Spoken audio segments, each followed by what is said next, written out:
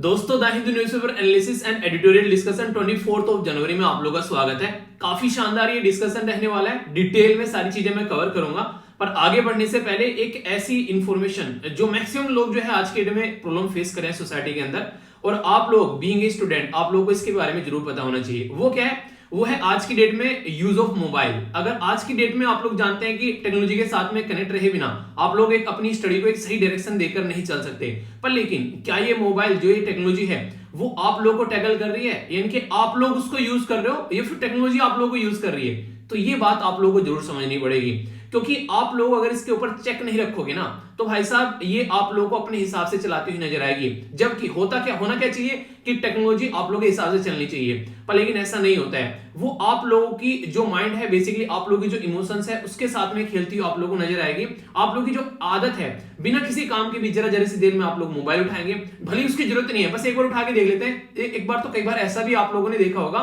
कि इसकी कोई जरूरत ही नहीं है उठाने की, बस देख लिया उठा के, क्योंकि कुछ काम ही नहीं था और ठीक है, यानी खाली बैठे थे, चलो मोबाइल उठा के देख लेते हैं। तो ये इतनी खतरनाक चीज है। खाली बैठे हैं तो यार एक तरीके से बैठकर थोड़ा अपने बारे में सोच लो। खाली बैठे हैं तो चलो उठकर थोड़ा कुछ किताब पढ़ लो। खाली बैठे हैं तो उठकर घर के किसी मेंबर से नॉर्मल बातें कर लो, ठीक है। खाली बैठे हैं तो अपने रूम की सफाई कर लो। खाली बैठे हैं तो अपने मतलब कुछ भी जो भी ऐसा काम लगता है आप लोग, जो आप लोग कर सकते हैं, उठकर थोड़ी सी स्ट्रेचिंग कर लो। पर लेकिन नहीं, खाली बैठे हैं तो तुरंत मोबाइल पर आप लोगों का हाथ जाएगा।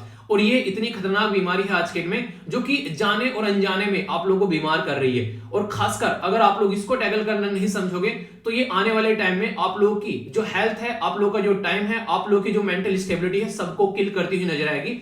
तो कोशिश ये करो कि कम से कम आप लोग जब मोबाइल को एक तरीके से प्री डिफाइंड टाइम में ही आप लोगों को टच करना है। जैसे कि नहीं, बैठकर 4 घंटे पढ़ाई कर ली उसके बाद में फिर मोबाइल देखेंगे, बैठकर 3 घंटे पढ़ाई कर ली उसके बाद में फिर मोबाइल देखेंगे। तो ये चीज अगर लाइफ में आप लोग अभी लेकर नहीं आओगे तो ये बहुत ज्यादा प्रॉब्लम में आप लोगों को डालेगी। बताइए कमेंट बॉक्स में आप में से कितने ऐसे जो एसएलवी फैमिली मेंबर हैं जो आज की डेट में अपनी मोबाइल लाइफ को मैनेज कर पा रहे हैं, और कितने ऐसे हैं जो प्रॉब्लम फेस कर पा रहे हैं। और जो मैनेज कर पा रहे हैं वो एम लिखना, और जो प्रॉब्लम फेस कर रहे हैं वो पी लिखना। तो आप लोग खुद समझ जाओगे कि मैक्सिमम लोग आज के डेट में इसको प्रॉब्लम फेस करते हुए नजर आ रहे हैं। इवन अब तक मैं भी इसके साथ में बहुत ज्यादा अपने आप को इरिटेट फील करता था कि मैंने कहा ये चल क्या रहा है, पर लेकिन फिलहाल जो है बहुत हद तक मैंने इसको मैनेज किया अपनी लाइफ में, और इसके बिना काम भी नहीं चलेगा यार। आप 24 घंटे फोन पर बैठे रहोगे, कभी कुछ खोल लोगे, कभी फेसबुक खोले, कभी व्हाट्सएप खोले, कभी टेलीग्राम, कभी इंस्टाग्राम, कभी ट्विटर, कुछ ना कुछ हर जगह चलता रहेगा। कभी और नहीं तो बैठे यूट्यूब पर शॉर्ट्स देखने लगे। तो ये चीजें मैनेज करना सीखो, वरना जिंदगी में बहुत बड़ी दिक्कत आने वाली है, और टाइम का पता भी नहीं चलेगा कब आप लोगों का टाइम निकल जाता है। ये आप लोगों के माइंड में ऐसे डोपामाइन रिलीज करता है कि आप लोग उसको पूरे दिन बैठे रहोगे ना और एंजॉय करते रहोगे, तो भी आप लोगों को पता नहीं चलेगा कि हाँ क्या हो रहा है। बस हाँ तब पता चलेगा जब टाइम निकल गया, यार फिर इरिटेट हो गए बैठकर, तो उसका कोई मतलब नहीं है। फिर पछताए क्या करे जब चिड़िया चुग गई खेत। इससे पहले ही आप लोग चीजों को टैकल करना सीख जाइए। काफी शानदार ये डिस्कशन रहने वाला है। वीडियो को एंड तक आप लोग एंजॉय करिएगा अच्छे से। स्टार्टिंग में हम लोग एडिटोरियल देखेंगे, उसके बाद में हम लोग न्यूज एनालिसिस देखेंगे। एडिटोरियल आज के इतने शानदार है यार, आप लोगों को हर एक डायमेंशन में बहुत कुछ सिखाएंगे। इन्वायरमेंट के बारे में डिस्कस करूंगा, एजुकेशन के बारे में डिस्कस करूंगा, हेल्थ के बारे में डिस्कस करूंगा। इसी के साथ में और भी बहुत सारे ऐसे पॉइंट है जो कि बजट के बारे में आप लोगों से मैं डिस्कस करूंगा। तो यहाँ पर कहने का मतलब यहाँ पर ये कि आने वाले टाइम में आप लोगों को बजट देखने को मिलेगा, तो बहुत सारी ऐसी चीजें जो रेगुलर आप लोगों के सामने आएंगी, ठीक है। तो जहां जहां पर जो पॉइंट होंगे वो मैं आप लोगों को बताता हुआ चलूंगा। तो अच्छे से इसको एंजॉय कीजिएगा, और आप लोग अपने दिन को कैसे लेकर चलना चाहते हैं वो जरूर बताइएगा कमेंट बॉक्स में एक बार कि हाँ अपना दिन आप लोग ऐसे एंजॉय करना चाहते हैं। अगर आप लोगों को लगता है कि हाँ जहां जहां पर कोई कमी है तो उसको सुधारिए, क्योंकि इस साल के 24 दिन आप लोगों की जिंदगी में से जा चुके हैं। तो आने वाले दिन को भी क्या आप लोग ऐसे यूटिलाइज करना चाहते हैं, तो ये जरूर डेली एक बार को चेक करना है। और मैं डेली मॉर्निंग में आप लोगों को याद दिलाऊंगा, और इसी के साथ में फिर डेली इवनिंग में आप लोगों से पूछूंगा अभी शाम वाली वीडियो में कि कितना आप लोगों ने अचीव किया है। तो ये जरूर आप लोग रेगुलर प्रैक्टिस कीजिए, और अपनी लाइफ में आप लोग इंप्रूवमेंट देखिएगा। आप लोग खुद उस इंप्रूवमेंट को देखकर हैरान हो जाएंगे। पहले एडिटोरियल देखते हैं, इसके बाद में फिर मैं आप लोगों को ओवरव्यू दूंगा। आगे एक एक कर सारी चीजें आप लोगों के सामने निकल कर आएगी। एडिटोरियल में अगर मैं आप लोगों से बात करूं तो काफी इंपॉर्टेंट है। एक एक कर जैसे मैंने बताया अभी सारी बातें मैं आप लोगों को बताता हुआ चलूंगा, इससे आप लोग चीजों को काफी अच्छे से अंडरस्टैंड भी कर पाओगे, ठीक है। सबसे पहले अगर बात करूं यहाँ पर जो साइड में आप लोगों को ये एडिटोरियल देखने को मिल रहा है, देखिए एक बात और बता दूं, जैसे बजट के ऊपर जो एडिटोरियल आ रहे हैं ना, आप लोग अगर एक बार को उनको स्किप भी कर दोगे तो कुछ दिक्कत नहीं है, पर फिर भी मैं कई सारी बातें आप लोगों को बताऊंगा, मैं स्किप नहीं करूंगा। मैं आप लोगों को कह रहा हूं अगर टाइम कम मिलता है ना, आप लोग अगर खुद पढ़ने बैठ रहे हैं न्यूज़पेपर, तो आप लोग उसको स्किप कर सकते हैं, क्योंकि बजट जैसे ही प्रस्तुत होगा तो डेटा आएगा। अभी बहुत सारे सजेशन देने वाले आर्टिकल आने वाले हैं, ठीक है, पर लेकिन मैं आप लोगों को स्किप नहीं करूंगा। मैं कुछ इंपॉर्टेंट पॉइंट्स होंगे उसमें से इंक्लूड करके जरूर बताऊंगा, जो कि आगे भी आप लोगों को फायदा पहुंचाएंगे। ये वाला आर्टिकल है, यहाँ पर बजट के बारे में ही बात कर रहे हैं। कुछ बातें समझेंगे आखिर क्या बोलने की कोशिश की जा रही है इसमें और किस तरीके की चीजों को लेकर चलने की कोशिश की जा रही है। आज की डेट में कोविड-19 के 2 साल पूरे हो रहे हैं, बेसिकली 20 और 21। इसके साथ में कैसे आप लोगों को अगला बजट प्रस्तुत करना चाहिए, तो ये सारी बातें आप लोगों को देखने को मिलेगी, तो समझेंगे। इंपॉर्टेंट आर्टिकल है यहाँ पर। अगर आप लोगों से पूछा जाए एक पर्टिकुलर मुद्दा, इंटरव्यू में कोई बैठा है आप लोगों के सामने एग्जामिनर, वो पूछ ले कि मेरिट वर्सेस रिजर्वेशन का क्या सिस्टम है सुप्रीम कोर्ट का, तो आप लोग क्या बोलोगे? वीडियो को पॉज कर लिखने की कोशिश करो, देखता हूं कौन बताते हैं। एक साइड में मेरिट है इनके, एक साइड में एक ऐसा इंसान है जो कि अच्छा खासा पढ़ लेता है, एक साइड में रिजर्वेशन है। तो क्या एक पढ़े लिखे इंसान जो कि एक जनरल कैटेगरी में अपना एक एग्जाम क्लियर करके जा सकता है, उसको रिजर्वेशन देना चाहिए? तो उसके बारे में मैं डिस्कस करूंगा। काफी शानदार आर्टिकल, कई सारे कॉन्सेप्ट बताने वाला हूं। आंसर राइटिंग में तो फायदा पहुंचाएंगे, इंटरव्यू में फायदा पहुंचाएंगे, और इंटरव्यू के साथ में आप लोग अगर रिजर्वेशन की कैटेगरी में आते हैं तो इसके बारे में आप लोगों को पता भी होना चाहिए कि कैसे कैसे क्या क्या मुद्दा है। और रिजर्वेशन की कैटेगरी में नहीं भी आते हैं, आगे चलकर आप लोगों को पॉलिसी फॉर्मेशन करना है, गवर्नमेंट में डिपार्टमेंट में जाओगे तो उसके बारे में आप लोगों को पता होना चाहिए। तो बहुत ही प्यारा आर्टिकल है, डिटेल में डिस्कस करूंगा, काफी अच्छे से हम लोग समझेंगे, ठीक है। इसी के साथ में यहाँ पर जो नीचे वाला साइड में जो आर्टिकल आप लोगों को देखने को मिलेगा, यहाँ पर बेसिकली बात करें किस चीज के बारे में, इन्वायरमेंट इंपैक्ट असेसमेंट के बारे में। तो इंपॉर्टेंट आर्टिकल है। अभी यहाँ पर सेंट्रल गवर्नमेंट के द्वारा बोला गया स्टेट गवर्नमेंट को स्टार रेटिंग दी जाएगी कि वो कैसे इन्वायरमेंट इंपैक्ट को असेसमेंट करते हैं। तो काफी डिटेल में नोट्स भी प्रोवाइड कराऊंगा, सारे डिटेल में हम लोग समझेंगे। ये आर्टिकल को आप लोग स्किप कर सकते हैं। अभी इलेक्शन होने वाले हैं तो पॉलिटिक्स के बारे में बात बताई जा रही है, उत्तर प्रदेश में क्या रहेगा, गोवा में क्या रहेगा, कहां पर क्या क्या मुद्दे चल रहे हैं, तो ये कंप्लीटली आप लोग इग्नोर कर सकते हैं, ठीक है।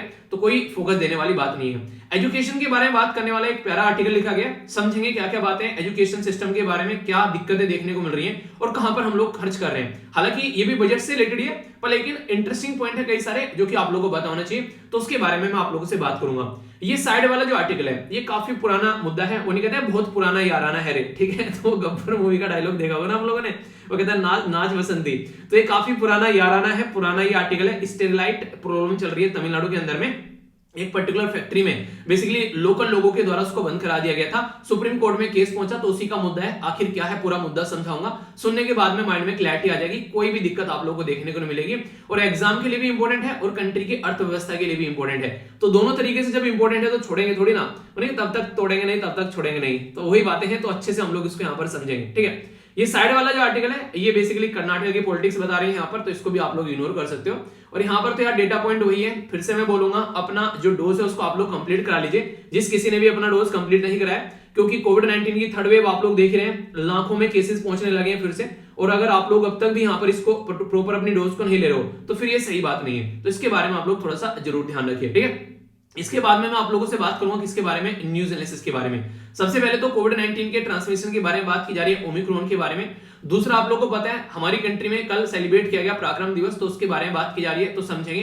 अरुणाचल प्रदेश में हमारे एक पर्टिकुलर जो पर्सन है सिटीजन, उनको जो चाइना की आर्मी के द्वारा पकड़ लिया गया था, उसके बारे में इश्यू है। अभी यहाँ पर जर्मन एम्बेसी, जो जर्मन यहाँ पर आर्मी चीफ थे हमारी कंट्री में आए हुए थे, तो उसके चलते यहाँ पर भी कुछ इशू बन गया, उनके द्वारा रेजिग्नेशन दे दिया गया है, तो इनको भारी पड़ गया हमारी कंट्री में आना, समझेंगे आखिर कैसे।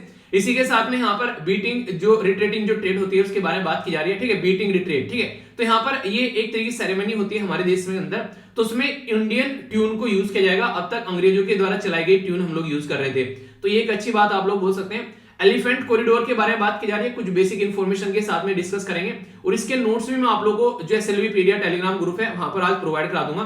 काफी इंपॉर्टेंट आर्टिकल है, कई बार आता रहता है, तो सारी चीजें इकट्ठी आप लोगों को मिल जाएगी। सेंसस क्या होता है, एलिफेंट सेंसस वगैरह, कहां पर कितने एलिफेंट पाए जाते हैं, सारी बातें। बाकी मैं डिस्कशन तो यहाँ भी करूंगा, अगर नोट्स आप लोगों को बनाने होंगे तो आप लोग बना लीजिएगा, ठीक है। इसी के साथ में यहाँ पर शिमला के अंदर आप लोगों को पता है, देखिए यहाँ पर पूरी बर्फबारी चल रही है, तो यही नजारा दिखाया गया है। नेक्स्ट यहाँ पर जो बात की जा रही है, कुछ इंसान जो है वो इंसानियत की हद पार कर देते हैं। अभी तमिलनाडु के अंदर में 24 जो मंकी हैं वो डेड पाए गए हैं, तो यहाँ पर लगाया जा रहा है किसने जहर दे दिया, तो ये बातें यहाँ पर देखने को मिल रही है। ट्राइबल कम्युनिटी या फिर नॉन ट्राइबल कम्युनिटी के इशू के बारे में बात करें तो कई सारे इश्यूज आप लोगों को देखने को मिलते हैं। कुछ ऐसी बातें बताऊंगा, आर्टिकल में तो नहीं, एक्स्ट्रा बातें कुछ आप लोगों को बताऊंगा, ठीक है। इसी के साथ में statue of equality, statue of unity के बारे में आप लोगों ने सुना है, आज मैं स्टैच्यू ऑफ इक्वलिटी के बारे में आप लोगों से बात करूंगा। इसी के साथ में यहाँ पर एक पर्सनैलिटी है जिनका नाम है जिनका नाम था यहाँ पर आर नागास्वामी, ठीक है, तो वो हमारे बीच में अभी नहीं रहे, तो इनके बारे में कुछ बातें करेंगे। आज का जो आप लोगों को सुडोकू है इसको जरूर अटेम्प्ट कीजिएगा, कोशिश करना कि इसको भरने की, तो आप लोगों के माइंड में स्टेबिलिटी आएगी। और यहाँ पर सेकंड स्टार है यहाँ पर, और लास्ट वाले का सॉल्यूशन भी आप लोगों के सामने है, ठीक है। ये सारी चीजें मैं आप लोगों को टेलीग्राम पर ही प्रोवाइड कराता हूँ, जिससे कि आप लोग इनको अच्छे से अटेम्प्ट कर सकें। इसी के साथ में क्या चल रहे हैं यहाँ पर, बेसिकली रसिया का यूक्रेन को लेकर वो समझेंगे, तालिबान अफगानिस्तान क्या चल रहा है सोसाइटी में उसको हम लोग समझेंगे। इसी के साथ में यूरोप के अंदर क्या दिक्कतें चल रही है कोविड-19 को लेकर, और साउथ कोरिया जो है उसका ईरान का रुका हुआ पैसा रिटर्न कर रहा है, आखिर कौन सा पैसा था ये, इसके बारे में पहले मैंने डिस्कस किया था, जिसको नहीं पता है तो फिर से आप लोगों को जानने को यहाँ पर मिल जाएगा, ठीक है। इसी के साथ में पेरू के बारे में बात की जा रही है। पेरू ने डिक्लेयर कर दी है इन्वायरमेंट इमरजेंसी, क्योंकि ऑयल स्पिल हो गया। ऑयल स्पिल मतलब यानी कि एक तरीके से जो तेल है वो रिस जाना टैंकर से, तो उसकी वजह से दिक्कतें देखने को मिलती है, ठीक है। तो कई सारे इश्यूज निकल कर आ रहे हैं। आज के एसएलवी जो कमांडो है वह अश्वनी यादव, काफी शानदार तरीके से इनके द्वारा आंसर दिए गए, इसी तरीके से पार्टिसिपेट करिए। और फिर आगे जो क्वेश्चन पूछे गए थे उनके आंसर, और वीडियो के एंड में मैं आप लोगों को वोकैबुलरी बताऊंगा, तो पूरा ये आज का डिस्कशन रहने वाला है, तो मजा आएगा, इतना कुछ आप लोगों को जानने को मिलेगा। आगे बढ़ने से पहले आज की जो इंपॉर्टेंट कोटेशन, जो कि आंसर राइटिंग में भी आप लोग यूज कर सकते हैं और एस्से राइटिंग में भी आप लोग यूज कर सकते हैं। When women do better, economy do better, ठीक है। तो अगर इकोनॉमी के बारे में लिखने के लिए आ जाता है, वुमेन इंपावरमेंट के बारे में लिखने के लिए आ जाता है, तो इस स्टेटमेंट को आप लोग यूज कर सकते हैं, और कृष्णा लिगाडे के द्वारा यहाँ पर ये यूज की गई है, ठीक है। कौन थी कृष्णा लिगाडे, बताइए जरा। इसके बारे में तो आप लोगों को पता ही होगा, काफी लंबे समय तक ये न्यूज में भी रही है, कई बार तो मैंने आप लोगों से डिस्कस किया यहाँ पर इनके बारे में। एक इंटरनेशनल ऑर्गेनाइजेशन की चीफ थी यहाँ पर, ठीक है, उसके साथ में मतलब कनेक्ट है, तो आप लोगों को ये बताना है, ठीक है। तो महिला जो है वो बेहतर करती हैं तो अर्थव्यवस्थाएं बेहतर करती हैं, तो यानी कि मतलब ये हो गया कि अगर एक देश है, उस देश के अंदर में टोटल पॉपुलेशन है, तो टोटल पॉपुलेशन कैसी होगी, एक साइड में आप लोगों को मेल देखने को मिलेगी, एक साइड में आप लोगों को फीमेल देखने को मिलेगी, यानी कि पुरुष और महिलाएं। तो सोचो कि यहाँ पर दोनों की पॉपुलेशन जैसे 50-50% हो गई, हम लोग क्या कर रहे हैं, बस मेल के ऊपर फोकस देकर चल रहे हैं और फीमेल को छोड़ दे रहे हैं। तो ये समझो कि हम लोग 50% जनता अपने देश की, उसको हम लोग काउंट ही नहीं कर रहे हैं, तो ये बिल्कुल गलत है, ऐसा हम लोग को नहीं करना चाहिए, फोकस देकर चलना चाहिए सबके ऊपर, तभी जाकर चीजों को हम लोग इंप्रूव कर पाएंगे। तो ये बातें हैं यहाँ पर जो कि अंडरस्टैंड कर सकते हैं, ठीक है। क्वेश्चन है, अटेम्प्ट कीजिए यहाँ पर, official language of Indian constitution जो मेंशन है, ये यहाँ पर किस आर्टिकल में मेंशन है, आर्टिकल 343, आर्टिकल 334, आर्टिकल 433 और आर्टिकल 431, ठीक है। तो सही आंसर क्या है, ABCFD। ये सारे वो क्वेश्चन होंगे जो शाम को 8:30 बजे वीडियो आती है, उसमें अगर आप लोगों ने उसको अटेम्प्ट किया होगा तो इन क्वेश्चन का आंसर आसानी से आप लोग दोगे। आगे बढ़ते हैं, यहाँ पर बात की जा रही है world employment and social outlook report के बारे में, किसके द्वारा प्रस्तुत की जाती है, world economic forum, world bank, international labour organisation या world economic and social council. Question का आंसर दीजिए सही से। इसी के साथ में रिसेंटली कौन सी कंट्री के द्वारा पास किया गया अप्रूव करने के लिए रिलोकेशन ऑफ इट्स कैपिटल, यानी कि उसकी जो राजधानी है वो जहां पर है, वो वहां पर लग रहा है कि डूब जाएगी जल्दी अगर वो वहां पर रही, तो उसको बदलने की बात की जा रही है, इंडोनेशिया, जापान, मलेशिया या फिर जमाइका। तो सही आंसर क्या है, ABCFD, इसका आंसर आप लोग दीजिए। ये सारे टॉपिक्स हैं जो मैंने डिस्कस किए थे शाम को 8:30 बजे वाली वीडियो में, तो यहाँ पर जस्ट आप लोगों से छोटे छोटे क्वेश्चन बना दिए, तो इनको आप लोगों को अटेम्प्ट करना है, ठीक है। कोई कंफ्यूजन नहीं होना चाहिए, अच्छे से इनको अटेम्प्ट कीजिए, उसके बाद में फिर मैं आप लोगों को डिटेल में इनके बारे में कई सारी चीजें बताने वाला हूं, ओके। आइए अब आगे बढ़ते हैं। सबसे पहले जो मैं आप लोगों को आर्टिकल डिस्कस करूंगा यहाँ पर, ये है यहाँ पर किसके बारे में, देखिए सबसे पहले अगर बात करूं तो हम लोग बात कर लेते हैं, देखिए एजुकेशन के बारे में, ठीक है। एजुकेशन एक ऐसा टॉपिक रहता है हमेशा जो मेरे दिल के काफी करीब रहता है, और मुझे पता नहीं क्यों एजुकेशन से रिलेटेड टॉपिक को पढ़ाने में यार बड़ा मजा आता है, ठीक है। तो उसको हम लोग डिटेल में डिस्कस करेंगे। अभी रिसेंटली न्यूज में क्या है पहले वो समझ लीजिए, फिर आगे बढ़ते हैं। अभी हमारी कंट्री में 1 फरवरी को बजट प्रस्तुत किया जाना है, तो उसी के चलते एजुकेशन में क्या क्या बजटिंग होनी चाहिए, और खासकर हेल्थ के ऊपर भी आप लोगों को पता होना चाहिए कि हेल्थ और एजुकेशन को साथ में लेकर आप लोग चल सकते हैं। तो अभी इसी के ऊपर यहाँ पर ये आर्टिकल लिखा गया है। देखिए आज की डेट में अगर मैं बोलूं, यहाँ पर एजुकेशन के ऊपर खर्च किया जा रहा है गवर्नमेंट के द्वारा, पर लेकिन जो एजुकेशन के ऊपर खर्च कर रहे हैं वो किस तरीके से खर्चा किया जा रहा है, ठीक है। वो टेक्नोलॉजी के ऊपर खर्च करें कि हाँ इंटरनेट काफी अच्छा होना चाहिए, ठीक है, सारी चीजें ऑनलाइन लोगों को प्रोवाइड करा दो, या फिर वो नॉर्मली टीचिंग के ऊपर खर्च करें कि टीचर का स्टैंडर्ड बढ़ना चाहिए। तो खर्चा भी करा जा रहा है, तो कहां पर किया जा रहा है समझना पड़ेगा। घर वालों से आप लोग को 10,000 रुपए मिले, एक इंसान ऐसा है कि उस 10,000 रुपए को वो क्या कर रहा है, प्रॉपर अपनी पढ़ाई में यूज कर रहा है। कुछ उसने किताबें खरीद ली, ठीक है, कुछ मैप्स वगैरह लेकर आ गया, या अपनी स्टडी टेबल चेयर लगा के आ गया। एक पर्सन ऐसा है उसको लगा कि यार मोबाइल पुराना हो रखा है, एक नया मोबाइल लेकर आता हूं, ठीक है। तो उसने क्या किया, जबकि पुराने मोबाइल में कोई दिक्कत नहीं थी, बस हाँ ये है शौक है कि सबने नया मोबाइल ले लिया, मैं भी नया मोबाइल ले लेता हूं। तो दोनों ने इन्वेस्टमेंट किया एक तरीके से देखा जाए, पर लेकिन किसने प्रोडक्टिव इन्वेस्टमेंट किया, ए ने या फिर बी में, बताइए आप लोग किसको प्रोडक्टिव इन्वेस्टमेंट बोलोगे। तो नॉर्मल सी बात है, ए पर्सन जिसने प्रॉपर वे में अपनी चीजों को ढंग से यूटिलाइज किया है। दूसरे वाला तो बस देखम देख काम कर रहा है, वो ऐसा इंसान है जो कि जिंदगी में कभी स्टेबल नहीं हो पाएगा अगर दूसरों को देखकर अपने डिसीजन को लेगा। तो इसी तरीके से यहाँ पर अगर बात करें, गवर्नमेंट जो है वो खर्च कर रही है टेक्नोलॉजी के ऊपर कि हाँ इंटरनेट अच्छा होना चाहिए, वो सब चीजें अच्छी होनी चाहिए, और टीचिंग के ऊपर खर्च नहीं कर रही है, जो कि कोर माना जाता है एजुकेशन सिस्टम का। तो आप लोग ये समझो कि इन्वेस्टमेंट ही नहीं कर रहे हैं एजुकेशन में। टेक्नोलॉजी में भी कितने सारे लोगों के पास में इंटरनेट, फोन, मोबाइल है, उसके चलते उनको तो कुछ फायदा हो जाएगा, बाकी का टीचर ही पढ़ाएगा ना ऑनलाइन जाकर, फिर भी अगर टेक्नोलॉजी भी है, ऐसा तो है नहीं टेक्नोलॉजी उनको पढ़ा देगी। तो ये सारी चीजें यहाँ पर समझाने की कोशिश की जा रही है। इंपॉर्टेंट मुद्दा मैं आप लोगों को यहाँ पर एक बताना चाहूंगा, आज की डेट में जो एजुकेशन है ना, अगर जब संविधान के अंदर आप लोग जाएंगे तो 7वें शेड्यूल में आप लोग जाकर झांकोगे तो उसमें आप लोगों को 3 लिस्ट देखने को मिलेगी। एक को बोलते हैं सेंट्रल लिस्ट यानी कि केंद्र की सूची, दूसरे को बोलते हैं स्टेट लिस्ट यानी कि राज्य की सूची, और तीसरे को बोलते हैं कॉन्करेंट लिस्ट यानी कि समवर्ती सूची। तो दोनों मिलकर काम करते हैं। तो एजुकेशन को यहाँ पर कहां पर रखा गया, ये कॉन्करेंट लिस्ट में रखा गया है। स्टार्टिंग से ही कॉन्करेंट लिस्ट में नहीं थी, ये याद रखिएगा। हमारे संविधान में संशोधन किया गया था 1976 में, जिसको 42वां संविधान संशोधन आप लोग बोलते हो।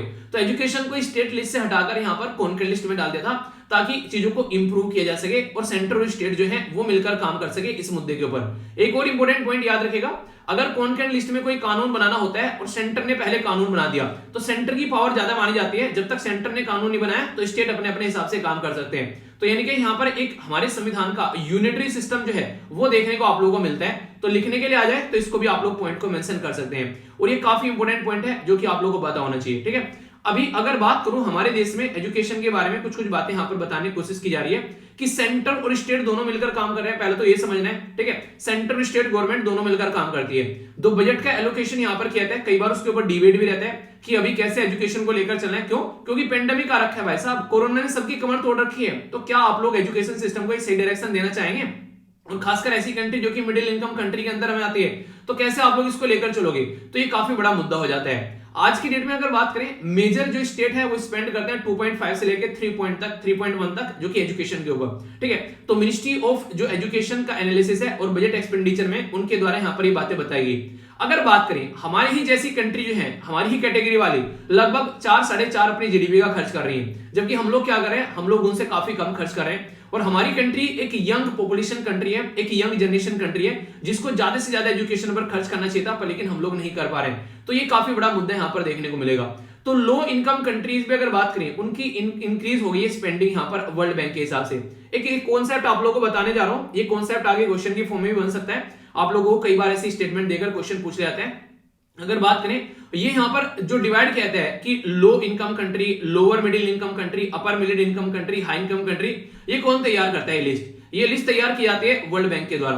तो इसके बेस पर जो कंट्री है उसको देखा जाता है कि हाँ कितना कितना यहाँ पर इसकी अर्निंग है, उसके बेस पर। ठीक है, तो यहाँ पर अगर 1036 से यहाँ पर अगर आप लोगों को ऊपर देखने को, नीचे देखने को मिलेगा। ठीक है, इसी मतलब एक कैटेगरी इनके द्वारा रख दी जाती है। ठीक है, पहले यहाँ पर ये 1 जुलाई की है, यहाँ पर 2020 की, और ये 2019 की है। तो ये यहाँ पर हर साल आप लोगों को चेंज कर सकते हैं। इनके पास में जुलाई में 1 जुलाई में यहाँ पर एक टारगेट रहता है कि इसको अपडेट किया जा सकता है कि यहाँ पर लोअर मिडिल इनकम में आना है, या फिर यहाँ पर लो इनकम में आता है, या अपर इनकम में आना है, तो हाई इनकम में आना है। तो कंट्री को यहाँ पर डिवाइड किया जाता है। तो हमारी कंट्री को कहां पर रखा गया है? तो यहाँ पर आप लोगों को लोअर मिडिल इनकम कंट्री हमारी आप लोगों को देखने को मिलेगी, जो कि जरूरी है कि हम लोगों को काम करना चाहिए।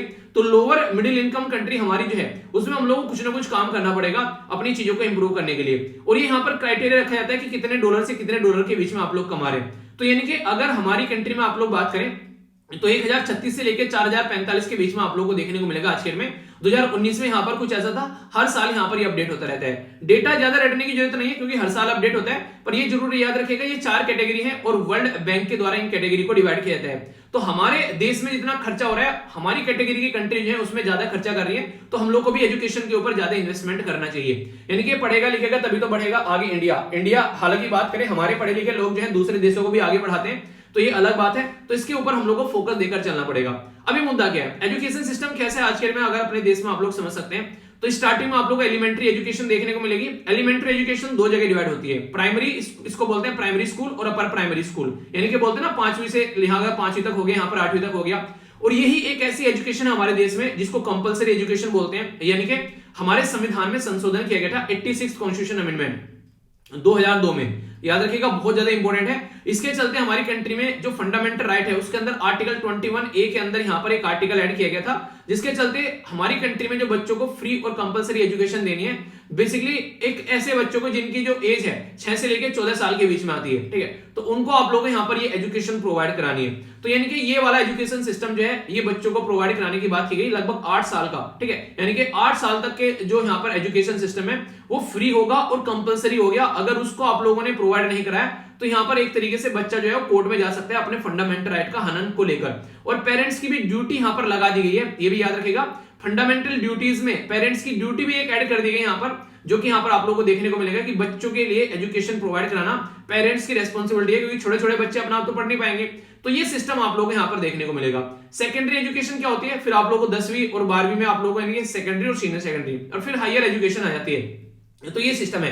हालांकि अभी नेशनल एजुकेशन पॉलिसी ला दी गई है 2020 की, तो इस सिस्टम में काफी बड़ा चेंज आप लोगों को देखने को मिलेगा। तो वो एक अलग बात है। अगर नेशनल एजुकेशन पॉलिसी नहीं समझ में आती है, कोई फर्स्ट टाइम वीडियो देख रहा है, तो याद कर लेना बोलो, सर्च कर लेना national education policy NEP by वीर, ठीक है। पूरी डिटेल में वीडियो है, कोई कंफ्यूजन आप लोगों को नहीं होगा, सारे चक्सो आप लोगों के खुल जाएंगे, ठीक है। कॉन्सेप्ट अगर क्लियर ना हुआ करो, तुरंत उसको क्लियर करके आगे बढ़ा करो, ठीक है, तभी चीजें आप लोग लंबे समय तक याद रख पाओगे। अभी स्पेंडिंग के बारे में अगर बात करते हैं, ठीक है, तो यहाँ पर कई सारी दिक्कत फेस कर रहा है एजुकेशन सिस्टम। जैसे मैंने अभी आप लोगों को बताया कि आज की डेट में क्या दिक्कतें निकल कर आ रही है एजुकेशन सिस्टम में, तो उसको ज्यादा इफेक्टिव बनाने की जरूरत पड़ गई है फिर से, क्योंकि अगर कल को चलकर कोविड-19 ऐसे ही चलता रहा, अभी तो कोविड-19 कोरोना देख लिया, कल को चलकर मोरोना आ गया, परसों को चलकर टोरोना आ गया, परसों को चलकर तिरोना मोरोना, टोरोना पोरोना गोरोना, पता नहीं क्या क्या आने वाले हैं, क्योंकि हरकतें हमारी ऐसी चल रही है इन्वायरमेंट के साथ में, जो छेड़खानी चल रही है हमारी, और जितना हम लोग चीजों को पोल्यूट कर रहे हैं, जितना हम लोग आज के डेट में मेडिसिन का इस्तेमाल कर रहे हैं, चाहे आप लोग सब्जी ले लो, फल फ्रूट से ले लो, इवन गाय भैंस का दूध ले लो, उनको इंजेक्शन लगाकर हम लोग काम कर रहे हैं। हर जगह खेतों में इतना ज्यादा हम लोग यूरिया वगैरह ये सारी चीजें यूज कर रहे हैं। इसी के साथ में फलों फ्रूट्स को पकाने में हम लोग ये यूज कर रहे हैं। खाते टाइम भी आप लोगों ने देखा होगा, मतलब प्रिजर्वेटिव यूज कर रहे हैं, जो भी आप लोग सामान रखा हुआ पैकेज जो खाना खाते हैं, तो हर जगह यार मिलावट है, हर एक लेवल पर आप लोगों को मिलावट देखने को मिलेगी। तो करप्शन अगर आप लोगों को बात करें एडमिनिस्ट्रेशन के अंदर नहीं, खाने के अंदर भी आप लोग को करप्शन नजर आएगा। तो जरूरी है कि आने वाले टाइम में अपनी कमर कसकर हम लोग को रहना चाहिए। और कमर कसना क्या हो गया, अपनी हेल्थ के बारे में ध्यान रखो, कम से कम एक्सरसाइज वगैरह, पानी वगैरह, बैलेंस डाइट वगैरह लेते रहो, तभी आप लोग चीजों को सर्वाइव कर पाओगे। और नींद लेने की कोशिश करो, मेरे हिसाब से एटलीस्ट 6 घंटे आप लोगों को सोना चाहिए मिनिमम, ठीक है। बाकी उसके नीचे उसके ऊपर आप लोग कर सकते हैं, पर 6 घंटे की नींद बॉडी की एक रिक्वायरमेंट होती है, हालांकि उसको ऊपर नीचे किया जा सकता है, पर लेकिन एक 6 घंटा एक बैलेंस नींद है, जो कि आप लोग की मेंटल जो माइंड फॉर्मेशन, एक मेमोरी फॉर्मेशन में भी आप लोग की हेल्प करेगी। तो ये आप लोग जरूर रखिए। इसी के साथ में आगे बढ़ते हैं। बजट जो अभी यहाँ पर आने वाला है, बोला कि एजुकेशन सिस्टम जो क्राइसिस में है उसको निकाल कर आगे बढ़ना है, और सेंट्रल स्टेट गवर्नमेंट को उसके ऊपर काम करना चाहिए। अभी फिलहाल जो है एजुकेशन डिपार्टमेंट का जो पैसा था वो अभी डिक्रीज कर दिया गया था लास्ट बजट में, यानी कि कहते हैं कि एक तरीके से जो डूब रहा है उसको और ज्यादा डुबाया गया था। तो ये इसके ऊपर काफी ज्यादा क्रिटिसिज्म भी होता है कि उसी एजुकेशन को आप लोग डिबा रहे हो, जिसको आप लोग बोलते हो अपनी कंट्री को एक हब बनाना है। तो ऐसे हब बनाओगे क्या, ऐसे एक तरीके से वर्ल्ड ग्रुप बनाएंगे हम लोग? तो इसके ऊपर कई सारे क्रिटिसिज्म भी देखने को मिले थे। तो ये बेसिक चीज है जो कि आप लोग समझिएगा। बाकी कई सारी स्टेट गवर्नमेंट और सेंट्रल गवर्नमेंट जो है वो स्पेंडिंग जो है टेक्नोलॉजी के ऊपर खर्च कर रही है, पर लेकिन बोला यह जा रहा है कि लेस देन 20% स्टूडेंट जो है वो यहाँ पर आज के डेट में वीडियोस को एक्सेस कर पाते हैं। तो सोचो अगर 20% ओनली स्टूडेंट जो है वीडियोस देख पा रहे हैं, बाकी के 80% स्टूडेंट जो है उनको टेक्नोलॉजी का मतलब क्या रह गया?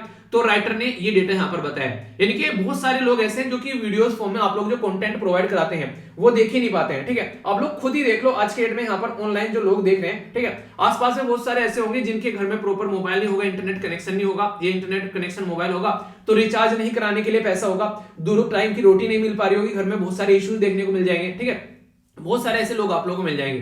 तो ये जरूरी है। तो बोला गया है कि टेक्नोलॉजी पे आप लोग चलो ठीक है खर्च कर रहे हैं, पर लेकिन टीचिंग पर अगर बात करें तो बहुत ही कम खर्च किया जा रहा है, वो है 0.15%, यानी कि टीचर की क्वालिटी पर इंप्रूवमेंट करने पर कोई फोकस ही नहीं है। आप लोग सोचिए किस तरीके से काम चलेगा अगर इस तरीके से चीजों को लेकर चला जाएगा। यानी कि एक तरीके से यहाँ पर जो कि एक इंजन है, ट्रेन पूरी बना दी, पूरी शानदार बोगी शानदार बना दी, एसी लगा दी बोगी के अंदर में, पूरे गद्दियां ऐसे बना दी कि बैठते इंसान अंदर उसके अंदर धस जाए, बिल्कुल शानदार खाने पीने की फैसिलिटी सब कुछ इंटरेस्टिंग बना दिया वहां पर भाई साहब उसमें आगे इंजन ही नहीं है ट्रेन में। अब ले जाओ ट्रेन को, कहां लेकर जाओगे? ट्रेन वहीं खड़ी रहेगी, लगा लो उसमें सोने चांदी गहने हीरे जवाहरात। जब तक टीचर को आप लोग इंप्रूव नहीं करोगे, टीचर्स की ट्रेनिंग आप लोग प्रॉपर नहीं करोगे, तो एजुकेशन सिस्टम में एजुकेशन का मतलब क्या रह गया?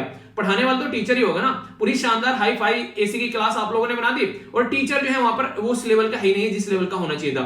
तो टीचिंग स्टैंडर्ड आप लोगों को बढ़ाना पड़ेगा। और कई सारे ऐसी रिपोर्ट देखी होंगी, एसर की भी एक ऐसी रिपोर्ट है प्रथम एनजीओ के द्वारा जो प्रस्तुत की जाती है, उसने बताया कि हमारे देश में टीचर की क्वालिटी कैसी है, खासकर प्राइमरी लेवल पर जब आप लोग जाओगे तो टीचर की क्वालिटी जब तक आप लोग इंप्रूव नहीं करोगे, टीचर की क्वालिटी, एजुकेशन की क्वालिटी आप लोग कभी इंप्रूव कर ही नहीं कर पाओगे, चाहे कितनी भी टेक्नोलॉजी लेकर आ जाना। टेक्नोलॉजी इंसान को पढ़ाने नहीं सिखाती है भाई साहब, टेक्नोलॉजी इंसान को एक मीडियम इंटरमीडिएटरी चीज है जो कि हेल्प प्रोवाइड कराती है चीजों को पहुंचाने में। At the end of the day पढ़ाना तो टीचर को ही पड़ेगा ना।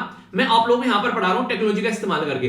पर लेकिन अगर मुझे ही कुछ नहीं आता है तो मैं आप लोगों को क्या बता पाऊंगा, ठीक है। तो जितना मुझे 2-4 शब्द आते हैं मैं आप लोगों को बता पाता हूं, क्योंकि मैंने सीखे हैं वो मैं आप लोगों को अपना एक्सपीरियंस शेयर करता हूं। सोचो कि मेरे पास में कोई एक्सपीरियंस ही नहीं है तो टेक्नोलॉजी, मोबाइल, इंटरनेट बताता रहेगा क्या आप लोगों को, मैं बैठ जाऊंगा बस हाँ हो गया बस स्टार्ट अपने आप पढ़ा देगा, जब तक मेरे मुंह से आवाज ही नहीं निकलेगी, ठीक है। उन्हें कहते हैं मिल्खा सिंह वाला डायलॉग, मेरे पैर ही नहीं पड़ने पाकिस्तान में। तो वही बात है, अगर मुझे कुछ आएगा तो मेरी आवाज ही नहीं निकलेगी भाई साहब, तो कैसे पढ़ा पाऊंगा मैं। तो इसलिए जरूरी है कि टीचिंग के ऊपर आप लोग खर्च करना चाहिए। और इसीलिए आईआईटीज में लोग पढ़ना पसंद क्यों करते हैं, क्योंकि टीचर का स्टैंडर्ड काफी हाई रहता है, ठीक है। और वहां पर उनको सैलरी भी दी जाती है। प्राइमरी टीचर में जाओगे 1500 रुपए में काम कर रहे हैं भाई साहब टीचर। 1500 रुपए में इंसान एक टाइम की रोटी भी ढंग से खाना स्टार्ट कर देना तो उसका पेट ना भरे, ठीक है, समझ सकते हैं आप लोग। और उसके ऊपर टीचर पढ़ रहे हैं आज के में, ऐसे भी चीजें आप लोगों को देखने को मिल रही हैं। तो यार ये सारी चीजें थोड़ी सुधारनी पड़ेगी, तभी जाकर एजुकेशन सिस्टम सुधरेगा।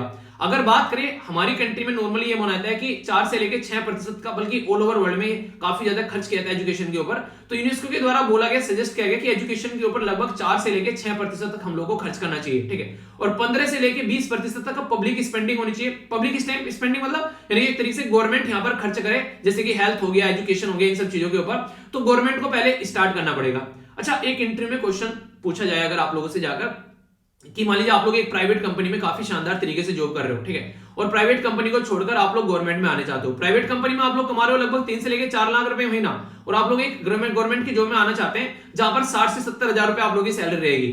तो आप लोग आखिर ऐसा क्यों करना चाहते हैं, ठीक है। आप लोग इसका क्या आंसर दोगे, चलिए बताइए। इंटरव्यू क्वेश्चन बीच बीच में मैं आप लोगों से पूछता रहता हूं, कई सारे बच्चे अच्छे आंसर देते हैं, बताया करो अगर ऐसा कोई क्वेश्चन पूछता हूं आप लोग इसका क्या आंसर देना पसंद करोगे कि आप लोग क्यों आना चाहते हो गवर्नमेंट जॉब के अंदर में, ठीक है। तो ये मत बोलना कि देश की सेवा करना चाहते हैं, देश की सेवा तो आप लोग प्राइवेट में रहकर भी कर सकते हैं। आखिर ऐसा क्या तर्क होगा जो शानदार तरीके से आप लोग दोगे, खासकर अगर आप लोग एक ऐसे स्टेट से आते हैं जो काफी पिछड़ा हुआ स्टेट है, तो यहाँ पर काफी अच्छा तर्क होगा।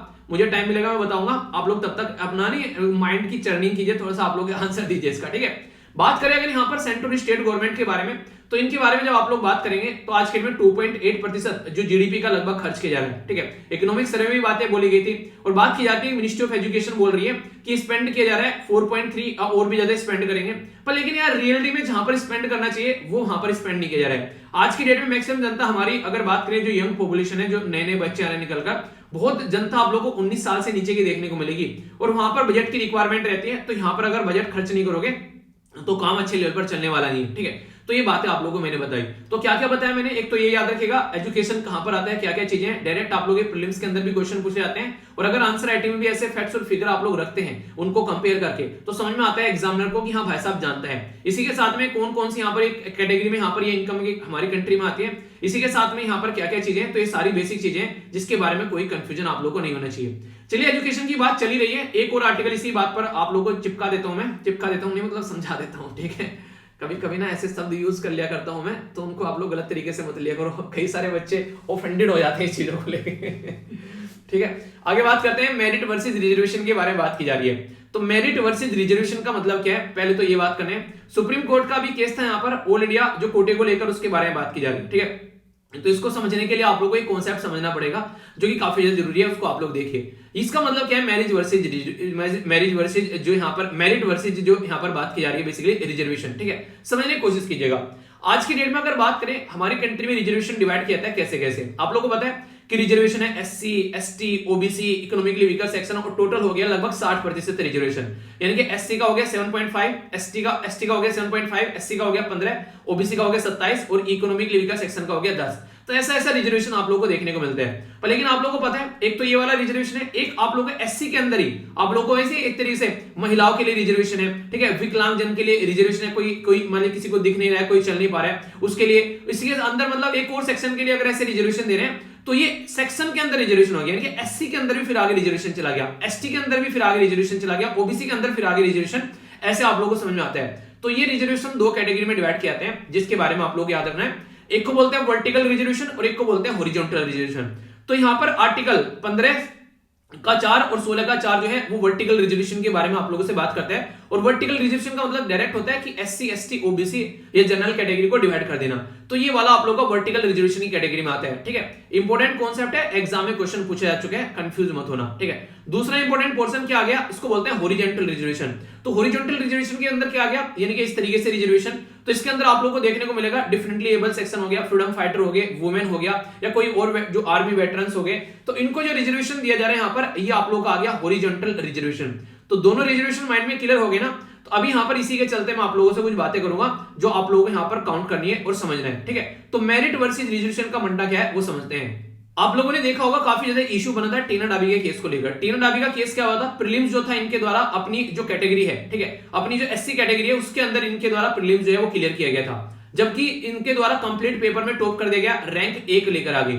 तो कंट्रोवर्सी ये बनी कि यहाँ पर इनको रिजर्वेशन क्यों दिया जा रहा है। इनके जो मदर और फादर हैं वो एक तरीके से सिविल सर्वेंट की कैटेगरी में आते हैं, तो यहाँ पर भी एससी का रिजर्वेशन यहाँ पर क्यों दिया जा रहा है। और इंपॉर्टेंट मुद्दा यहाँ पर ये बनता है कि एक इंसान ऐसा है कि टॉप कर रहा है, ठीक है, तो ये बोला गया अगर प्रीलिम्स ही क्लियर नहीं होता तो फिर टॉप कैसे करती। तो कई सारे ऐसे कयास लगाए गए, हालांकि उनको कोई मतलब बढ़ता नहीं है, हमारा सिस्टम जो है वो उसको यूज कर सकता है अगर कोई पर्सन, तो उसको अलाउ किया जाता है, ठीक है। अब मुद्दा क्या है वो समझिए आप लोग यहाँ पर। अगर कोई पर्टिकुलर पर्सन जो है वो जनरल कैटेगरी में अगर चुनकर आ गया, यानी कि एक तरीके से मेरिट उतनी है उसकी कि वो जनरल कैटेगरी में अपने मार्क्स लेकर आ सकता है, तो यहाँ पर ये माना जाता है कि फिर यहाँ पर उसकी जो रिजर्वेशन है उसको हटा देना चाहिए, यानी कि उसके इतने मार्क्स आ गए कि उसको रिजर्वेशन की कैटेगरी में काउंट नहीं किया जाएगा, उसको जनरल की कैटेगरी में काउंट कर लेंगे।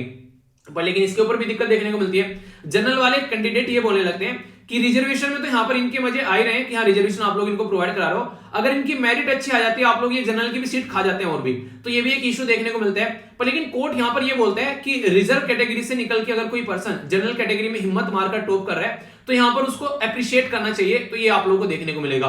तो ये मुद्दा होता है कि मेरिट वर्सेस रिजर्वेशन, यानी कि मेरिट अगर आ जाती है ज्यादा तो रिजर्वेशन उसका छूट जाएगा पीछे, तो ये है यहाँ पर पूरा फंडा। तो इसी को यहाँ पर अप्रिशिएट किया गया, इसी को आगे लेकर चलने की बात की जा रही है, तो ये मुद्दा आप लोग समझिएगा। अब यहाँ पर मैंने आप लोगों को बता दी, यहाँ पर ऐसे आप लोगों को देखने को मिलता है हमारे केस में, ये मेरिट वर्सेस रिजर्वेशन हो गया।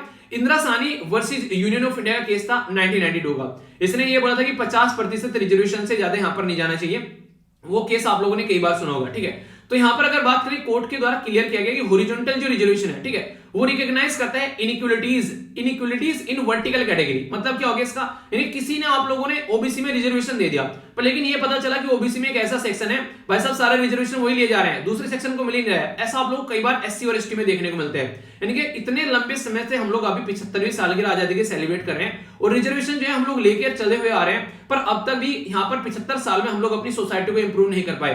तो इसका सीधा सीधा मतलब ये हो गया ना, जिसको रिजर्वेशन मिलना चाहिए उसको मिल ही नहीं रहा है, और दूसरा सेक्शन जो है जो ठीक ठाक सेक्शन है, खासकर जैसे अभी यहाँ पर आप लोगों ने देखा कई बार क्रिटिसाइज किया गया था कि जब दोनों पेरेंट्स जो हैं वो ऑलरेडी यहाँ पर गजेटेड जॉब पर बैठे हुए हैं तो क्या रिजर्वेशन की रिक्वायरमेंट है।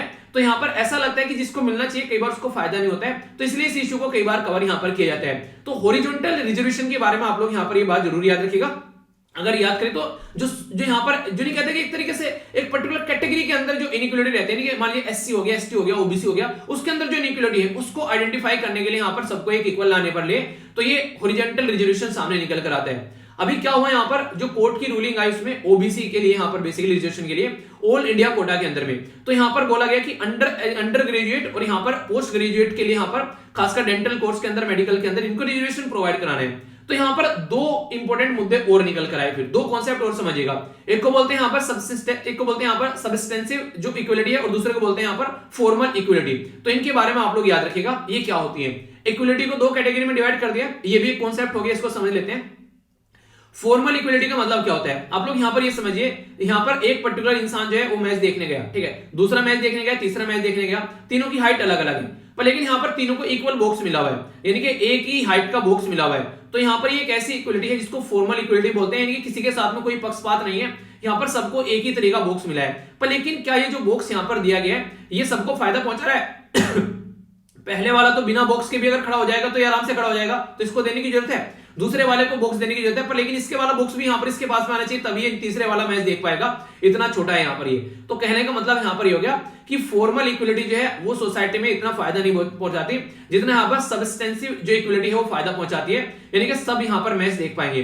तो ये होता है। पर लेकिन यूरोपियन कंट्री के अंदर जाओगे तो इसके भी आगे का एक और लेवल पार हो जाता है। वो आगे का लेवल क्या है वो सुनकर आप लोग काफी अच्छा लगेगा कि क्यों ना हम लोग आगे से ये चीजें ही हटा दें, ऐसा कोई बाड़ लगा है वही हटा दें। तो इसको कहते हैं बेसिकली एक तरीके से लिबरेशन करा देना। अब यहां पर आप लोगों को इनको सपोर्ट प्रोवाइड कराने की जरूरत ही नहीं पड़ेगी। तो एजुकेशन जो है ना वो हमारे देश में वो यहां पर ये वाला काम करती है। एजुकेशन अगर हेल्थ लोगों को आप लोग प्रोवाइड करा देते हैं तो ये वाली कैटेगरी में यहां पर आ जाता है। तो उसी को एप्रिशिएट करने की बात की जा रही है कि यहां पर एक तरीके से जो ये इक्वलिटी है यहां पर, तो यहां पर सब्सटेंसिव इक्वलिटी के बारे में ज्यादा फोकस किया जाता है ताकि यहां पर प्रॉपर चीजें में टैकल किया जा सके। वरना फॉर्मल इक्वलिटी में तो लोगों को फायदा नहीं हो रहा है क्योंकि यहां पर सबको इक्वल प्रोवाइड करा दिया, तो यहां पर इसका क्या होगा आप लोग ये बताइए। तो इसलिए सुप्रीम कोर्ट भी बोलता है कि सब्सटेंसिव इक्वलिटी के ऊपर ज्यादा फोकस करना चाहिए, वही आज की डेट में जो इनइक्वलिटी के इशू को ढंग से टैकल करती है, यानी कि सोसाइटी में जो भेदभाव है उसको वही खत्म करने का काम करती है। ये बातें यहां पर बोली गई। तो यहां पर एक और मुद्दा था, यहां पर इसी आर्टिकल में ये बोला गया कि पोस्ट ग्रेजुएट पर जो यहां पर है आप लोग जाकर उसको रिजर्वेशन को कोई जरूरत ही नहीं है। तो कोर्ट ने ऐसा बोला कि ऐसा किसी ने बोल दिया यहां पर कि पोस्ट ग्रेजुएट पर जाकर कोई रिजर्वेशन की जरूरत नहीं पड़ती है। तो इंपैक्ट ऑफ बैकवर्डनेस जो है, ठीक है, वो बोला है कि डज नॉट सिंपली डिसअपियर। अगर कोई पोस्ट ग्रेजुएट में पहुंच गया ग्रेजुएट करके वहां पर तो उसको जरूरत ही नहीं है। तो ऐसा नहीं होना चाहिए। तो यहां पर अगर सकारात्मक डिसीजन यहां पर दिया गया न्याय शास्त्र को ध्यान में रखते हुए, ये बोला गया कि एक काफी एक वृद्धि का प्रतीक यहां पर सामने निकल कर आया जजमेंट, जिसके चलते यहां पर नोटेबल एडिशन किया गया। यहां पर अफर्मेटिव एक्शन जो यहां पर आप लोगों को देखने को मिला हमारी जुडिशरी के द्वारा, न्याय शास्त्र के द्वारा, तो यहां पर जूरिप्रूडेंस अगर बात करें यहां पर, तो ये एक्शन निकल गया कि एक पॉजिटिव साइड निकल कर आ रही है कि हाँ इस तरीके की चीजों को लेकर चलना है। ठीक है, तो यहां पर मैंने कॉन्सेप्ट आप लोग कौन कौन से बता दिए। एक तो यहां पर बता दिया इनइक्वालिटी के बारे में, ठीक है, दूसरा रिजर्वेशन के बारे में, यहां पर किस तरीके से वर्टिकल और हॉरिजॉन्टल होता है। तो ये सारे क्वेश्चन आप लोगों से एग्जाम में पूछे जा सकते हैं। तो अगर क्वेश्चन बन जाए तो ये मत बोलना क्वेश्चन कहां से आ गया, क्योंकि मेरा पढ़ाने का बेसिक पर्पज ये रहता है कि टॉपिक जो है वो कॉन्सेप्ट आप लोगों को ऐसे क्लियर हो जाए कि आगे भी अगर कोई इंटरव्यू आप लोगों से उसके बारे में कोई पूछे ना तो आप लोग वो बोलते एकदम कि हाँ यार ये तो पढ़ रखा है, इसका तो हम लोग बता सकते हैं। यानी कि ऐसा नहीं यार पढ़ा तो था पर लेकिन याद नहीं आ रहा है, सुना तो था पर लेकिन भूल गए हैं। तो कॉन्सेप्ट को क्लियर करोगे ना तो कभी भी दिक्कत देखने को नहीं मिलेगी। पर लेकिन अगर बिना कॉन्सेप्ट क्लियर किए जाओगे तो यार ये ना एक ऐसी चीज है जो कभी आप लोग याद ही नहीं रख पाओगे। तो इसको आप लोग हमेशा साथ में लेकर चलो, ठीक है। बाकी रिजर्वेशन के ऊपर बहुत सारे और भी आर्टिकल मैंने कई बार डिस्कस किया आप लोगों से, वो आप लोगों को आते रहते हैं। इससे नहीं एक तरीके से इकोनॉमिकली वीकर सेक्शन वाला रिजर्वेशन हो गया, वो सब चीजें तो टाइम टू टाइम आती रहती है। बाकी और सारी चीजें आप लोगों को पता ही है, तो अच्छे से अपने कॉन्सेप्ट को क्लियर करके आगे बढ़ना है, ठीक है। एक और इंपॉर्टेंट आर्टिकल जो मैं भी आप लोगों से डिस्कस करने वाला हूं, ये भी काफी इंपॉर्टेंट है, खासकर अभी रिसेंटली काफी ज्यादा न्यूज में भी है। समझ लेते हैं क्या है। अभी यहां पर बात की जा रही है स्टेरिलाइट के बारे में।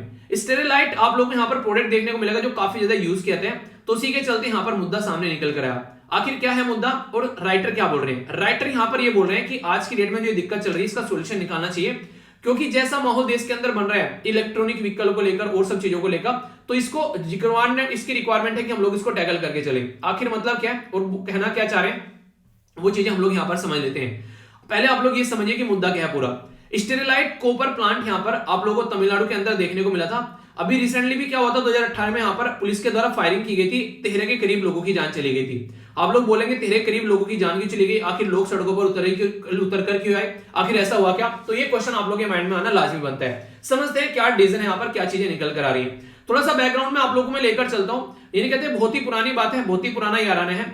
स्टेरिलाइट कॉपर का एक प्लांट लगाने की बात की गई तमिलनाडु के अंदर में 1994 में।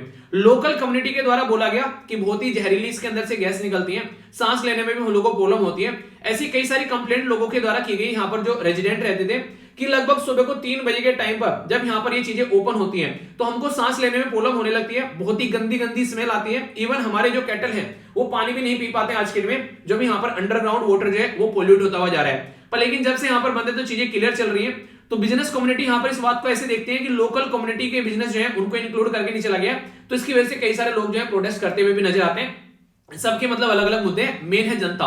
तो जनता जनार्दन जो है ये 13 लोगों की जान इसलिए गई क्योंकि उनको लगा कि यहाँ पर दिक्कतें देखने को मिल रही है और ये सोच रहे थे कि भोपाल गैस त्रासदी जैसा कोई हरकत ना यहाँ पर हो जाए।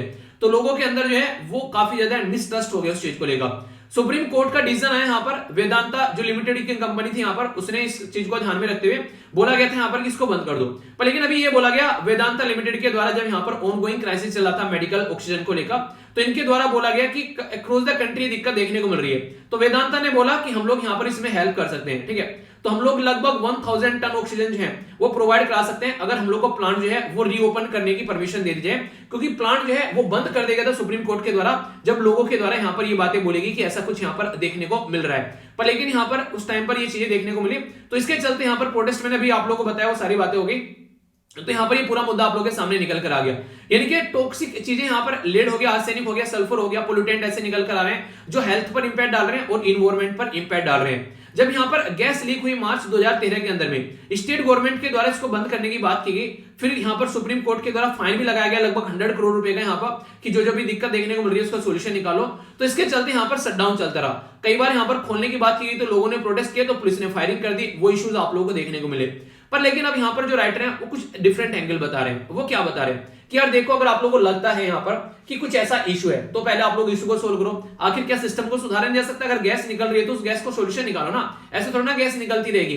पर लेकिन आप लोगों को एक बैलेंस बनाना पड़ेगा। ये बिल्कुल ऐसे मार्केट में वैक्सीन तो आ गई, पर लोगों का ट्रस्ट ही नहीं है उस वैक्सीन को लेकर, लोग वैक्सीन लेने के लिए तैयार ही नहीं है। तो कई सारी ऐसी व्हाट्सएप वीडियो जो है वो वायरल हुई यहाँ पर, जिसके चलते लोगों के अंदर और मिसट्रस्ट हो गया। एक कैंसर का पेशेंट है, बोल रहा है कि ये स्टेरलाइट को शट डाउन कर दो फलाना ढिमका ना, तो उसके चलते इशू देखने को मिल रहा था। यानी कि व्हाट्सएप यूनिवर्सिटी ने लोगों के अंदर और भय यहां पर एक तरीके से ला दिया।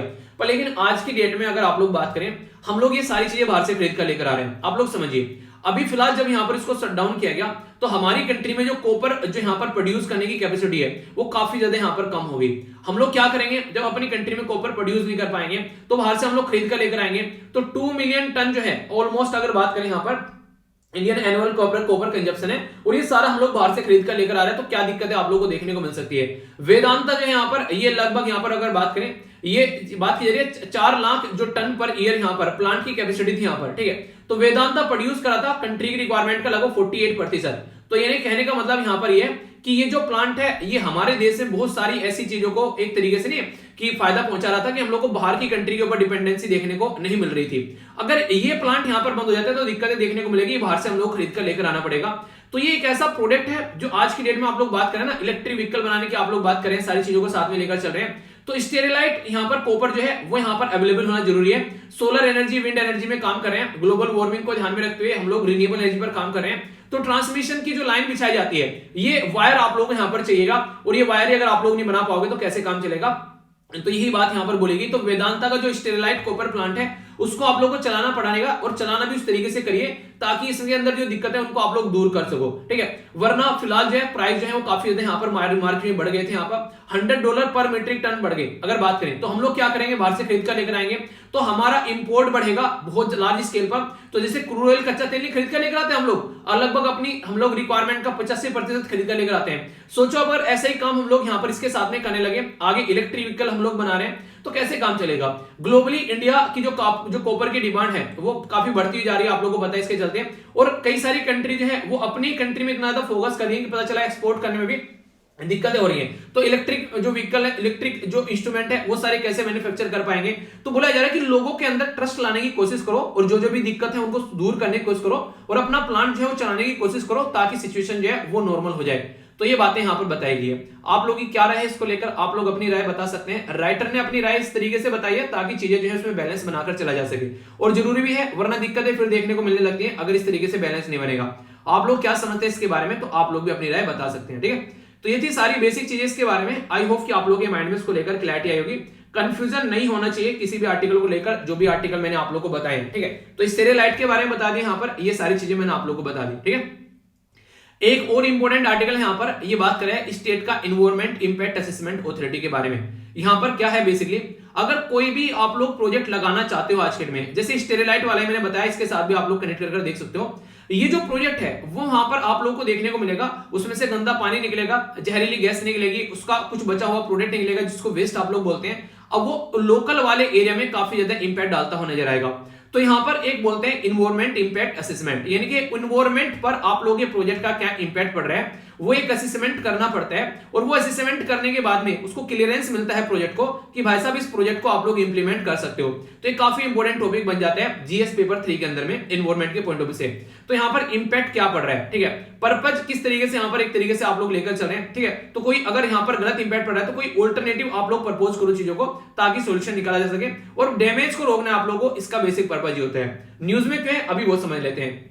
इन्वायरमेंट जो ministry and forest and climate change के द्वारा स्टार रेटिंग देने की बात की गई राज्य को, जो कि यहाँ पर आज के डेट में जो क्लियरेंस देंगे यहाँ पर अगर कोई प्रोजेक्ट है उसको, उसके बारे में बात की गई शॉर्ट ड्यूरेशन में।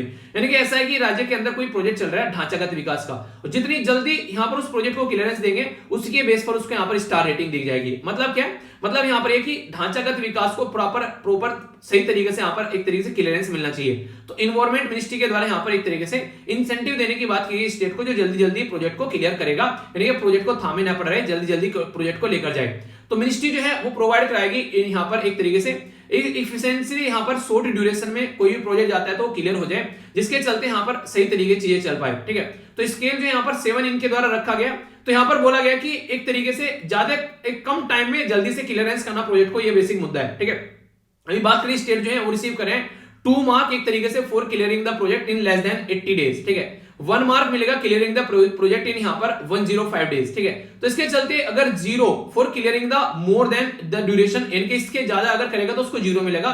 तो इसके बेस पर यहाँ पर मार्क्स दिए जा रहे हैं कितनी जल्दी कोई प्रोजेक्ट को क्लियर करता है। ठीक है, तो इसके चलते यहाँ पर अगर इतनी जल्दी प्रोजेक्ट को अगर कोई क्लियर करता हुआ जा रहा है तो उसी के बेस पर यहाँ पर राज्य को मार्क्स मिलेंगे, और उसके बेस पर ये एक रैंकिंग तैयार करेंगे जिसको स्टार रैंकिंग बोला गया कि ये 1 स्टार का है, ये 2 स्टार का है, ये 5 स्टार का है। तो उससे जो राज्य गवर्नमेंट है उनके बीच में होड़ लग जाएगी, एक तरीके से आप लोग बोल सकते हैं कंपटीशन लग जाएगा कि जल्दी से जल्दी ऐसे प्रोजेक्ट को भाई साहब हम लोगों को क्लियर कर रहे हैं, क्योंकि इज्जत बनानी है। इज्जत बनाने का मतलब तो ये हो गया सिलसिला पैसा कमाना है। तो यहाँ पर अभी स्टेट इन्वायरमेंट और इंपैक्ट असेसमेंट के बारे में बात करें तो यहाँ पर कंडीशन कई सारी देखने को मिलेगी।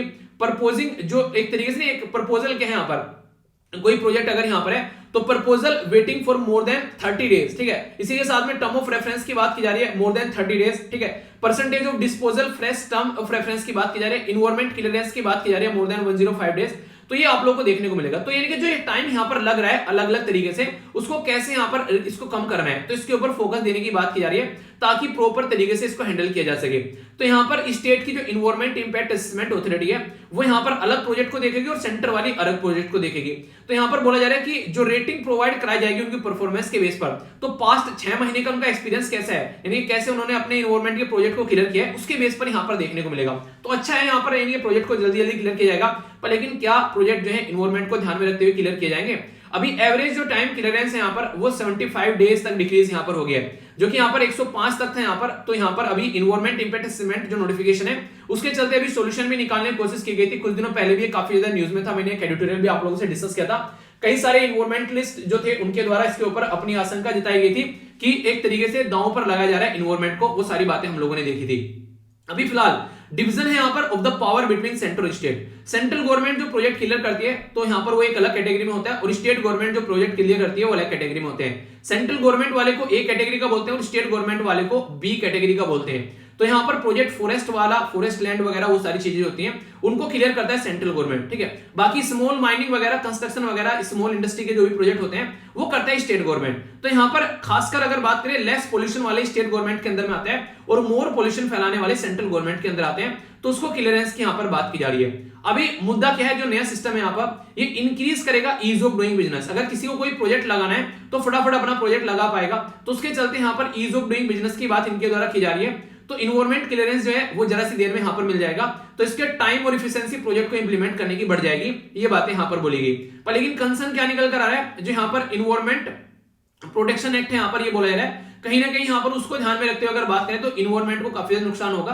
कहीं ना कहीं किसी प्रोजेक्ट को अगर इस तरीके से क्लियर किया जाएगा, क्योंकि आप लोगों को पता है जब प्रोजेक्ट को क्लियर करने की बात आती है ऐसे भी काम किया था कि पहले प्रोजेक्ट इंप्लीमेंट करना स्टार्ट कर दिया और क्लियरेंस बाद में लिया जा रहा है। ऐसे भी इश्यूज आप लोगों को देखने को मिलते हैं। यानी कि एक तरीके से बिल्कुल ऐसे हो गया कि एक तरीके से नहीं कि शादी हुई नहीं है, बच्चे पहले पैदा कर लिए उसके बाद में शादी कर लेंगे। हालांकि हर एक इंसान की चॉइस है, जिसको जैसा मन करे वो कर सकता है, पर लेकिन जब यहाँ पर दूसरों के ऊपर इसका इंपैक्ट पड़ने लगे, इन्वायरमेंट के बारे में अगर ध्यान रखे तो फिर वो सही नहीं है। क्योंकि अगर आप लोग इस शादी से पहले बच्चे पैदा कर रहे हो तो ये आप लोगों की लाइफ है, आप लोग को उसको टैकल करके चलना है। पर लेकिन सोचो कि आप लोग इस तरीके की हरकतें कर रहे हो, इसकी वजह से दूसरे के ऊपर कोई इंपैक्ट पड़ रहा हो, यानी कि एक तरीके से एक यानी कि यहाँ पर कुछ ऐसा गड़बड़ हो गया, इन्वायरमेंट पर इंपैक्ट जो पड़ रहा हो, तो एक तो यानी पर्टिकुलर एक इंसान के ऊपर इंपैक्ट पड़ेगा, पूरे इन्वायरमेंट के ऊपर इसका इंपैक्ट पड़ेगा। तो ये आप लोगों को अंडरस्टैंड करना पड़ेगा। तो ये पूरा इन्वायरमेंट इंपैक्ट असेसमेंट का पूरा मुद्दा है जिसके बारे में आप लोगों को क्लैरिटी रखनी है। ठीक है, तो कोई कंफ्यूजन आप लोगों को इसको लेकर नहीं होना चाहिए। ओके, एक और छोटा सा आर्टिकल है, हालांकि वो ज्यादा इंपॉर्टेंट नहीं है, जैसे मैंने बताया था आप लोगों को कि बजट के डेटा के बारे में थोड़ी सी बातें की जा रही है। तो कुछ बातें मैं आप लोगों को बता देता हूं ताकि आप लोग चीजों को अंडरस्टैंड कर सको, और कई बार ऐसे इश्यूज अभी आगे भी आप लोगों को देखने को मिलेंगे, तो उसके बारे में टाइम टू टाइम हम लोग कुछ डिस्कस करते रहेंगे। आप लोगों को पता है हमारी कंट्री में 1 तारीख को बजट प्रस्तुत किया जाना है, तो उसी के चलते यहाँ पर ये आर्टिकल लिखा गया। और इंपॉर्टेंट मुद्दे यहाँ पर ये निकल के आ रहा है कि आज की डेट में कई सारे ऐसे इश्यूज आप लोगों को देखने को मिलेंगे जो कि यहाँ पर बजट को लेकर ये निकलते हुए नजर आएंगे। अब इंपॉर्टेंट बात यहाँ पर क्या है, देखिए कोविड-19 ने 2 साल बर्बाद कर दी, तो बजट प्रस्तुत करने वाले लोगों के सामने आसान काम नहीं होगा, रास्ता आसान नहीं होगा, तो उनका रास्ता जो है थोड़ा टफ रहेगा।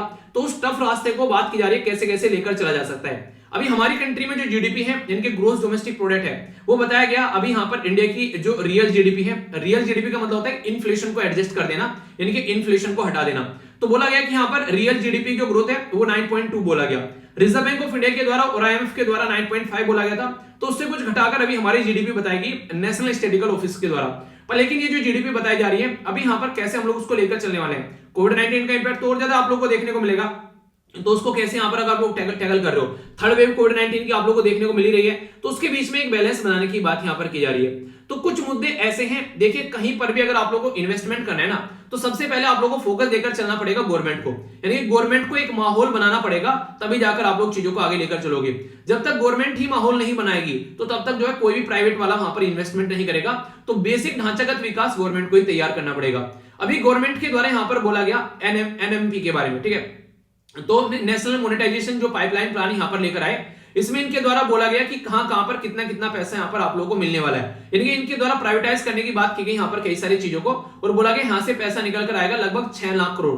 तो प्राइवेट सेक्टर को यहां पर इसमें इंक्लूड करने की बात की जा रही है। तो एक तो ये प्लान था, इसको कैसे आप लोग लेकर चल रहे हो। इससे पहले हम लोगों ने बात की थी नेशनल इंफ्रास्ट्रक्चर पाइपलाइन, इसमें गवर्नमेंट के द्वारा बोला गया था कि हम लोग 102 लाख करोड़ रुपए खर्च करेंगे। इसके चलते 2025 तक हम लोग अपने देश को क्या करेंगे, हम लोग 5 ट्रिलियन की इकोनॉमी बनाएंगे, जो कि अभी लगभग 3 ट्रिलियन की इकोनॉमी हमारी देखने को आप लोगों को मिल रही है।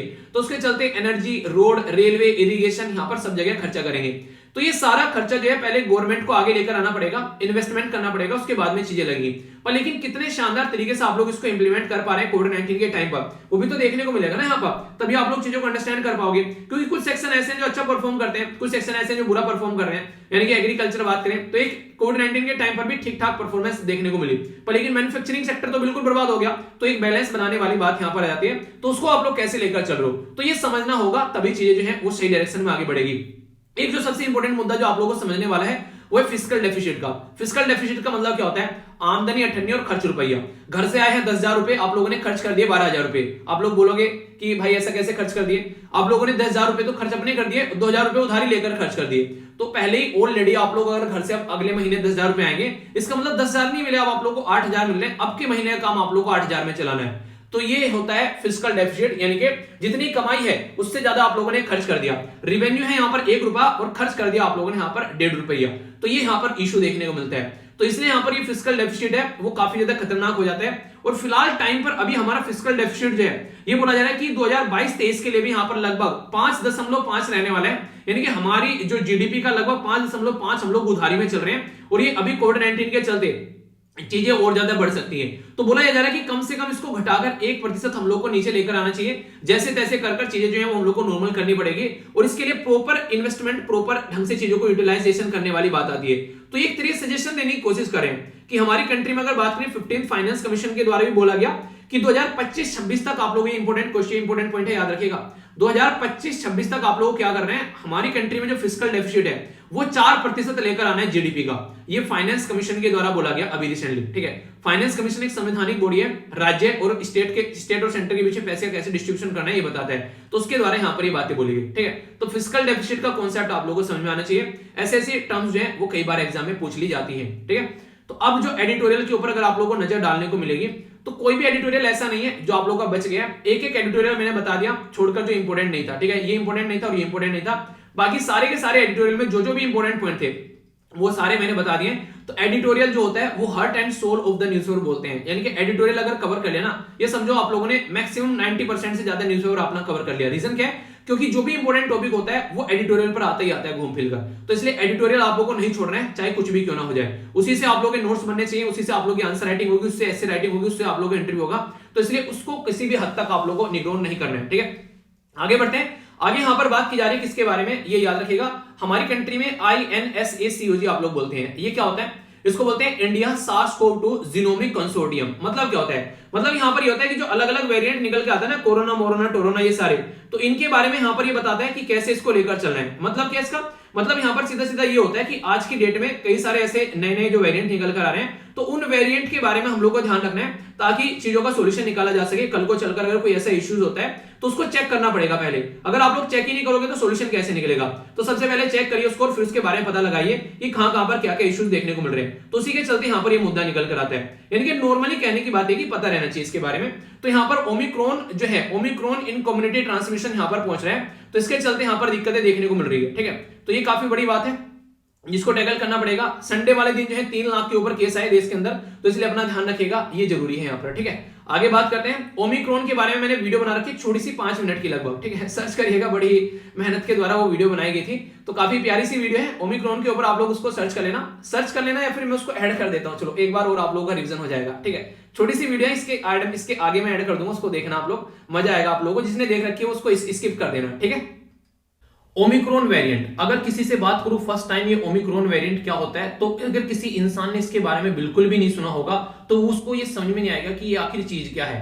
तो सबसे पहले तो किसी का नामकरण जो होता है उसके बारे में हम लोग बात करते हैं। तो कोरोना वायरस, जिसको आप लोग SARS-CoV-2 बोलते हैं, तो यहां पर एक तरीके से वायरस, उसी का जो बीमारी का नाम है उसको बोलते हैं कोविड-19। तो SARS-CoV-2 जो कि यहां पर वायरस है, तो उसके वेरिएंट यहां पर नजर आते हैं। जैसे एक फैमिली में कई सारे बच्चे आप लोगों को देखने को मिलते हैं, उसी तरीके से यहां पर जो कोरोना के अगर बात करें, कई सारे वेरिएंट आप लोगों को यहां पर नजर आ रहे हैं बीमारी के, जिसके चलते यहां पर इनके अलग अलग नाम दे दिए गए हैं। तो ये जो नामकरण किया जा रहा है ये आज से नहीं है, मैंने कहा ना, इससे पहले भी हुआ है।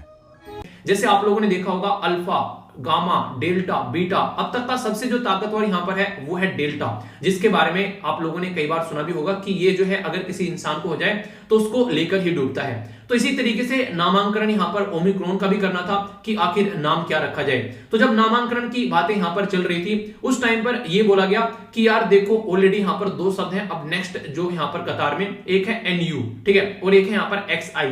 तो यहां पर यह बोला गया अगर XI यहां पर रख देते हैं तो दिक्कत देखने को मिलेगी, क्योंकि चाइना के प्रेसिडेंट है जिनका नाम है शी जिनपिंग, तो ये लगेगा कि कोरोना यही है, तो ये कंडीशन यहां पर खराब क्रिएट कर सकती है और किसी कंट्री की इमेज खराब कर सकती है, तो इसलिए इसको ड्रॉप कर दिया।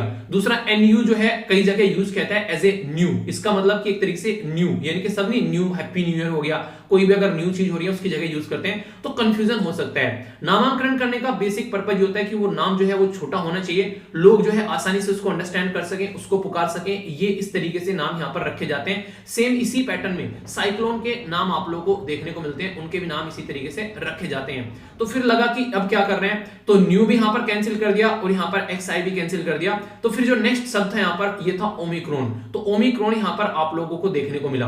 आगे जो भी यहां पर चीजें निकल कर आएंगी उनके भी नाम यहां से निकल कर आएंगे, क्योंकि already alpha, beta, gamma, delta ये सारे नाम जो हैं वो ऑक्युपाई हो चुके हैं, यानी कि ये अलग अलग वेरिएंट अभी आप लोगों को देखने को मिलेंगे मार्केट में, इनके नाम ऑलरेडी हैं। जैसे अल्फा जो है यहां पर ये है B117, ये यूके से निकल कर आया। निकल कर आने का मतलब ये बिल्कुल भी नहीं है, कतई नहीं है कि वो पर्टिकुलर वायरस जो है वो वहां पे हुआ है, नहीं, ये पहली बार वहां पे आइडेंटिफाई किया गया, ये है इसका मतलब। हमारे देश में डेल्टा आइडेंटिफाई किया गया सबसे पहले 11 मई 2021 में, और एक और है हमारे देश का, यह है कप्पा, कटप्पा नहीं कप्पा।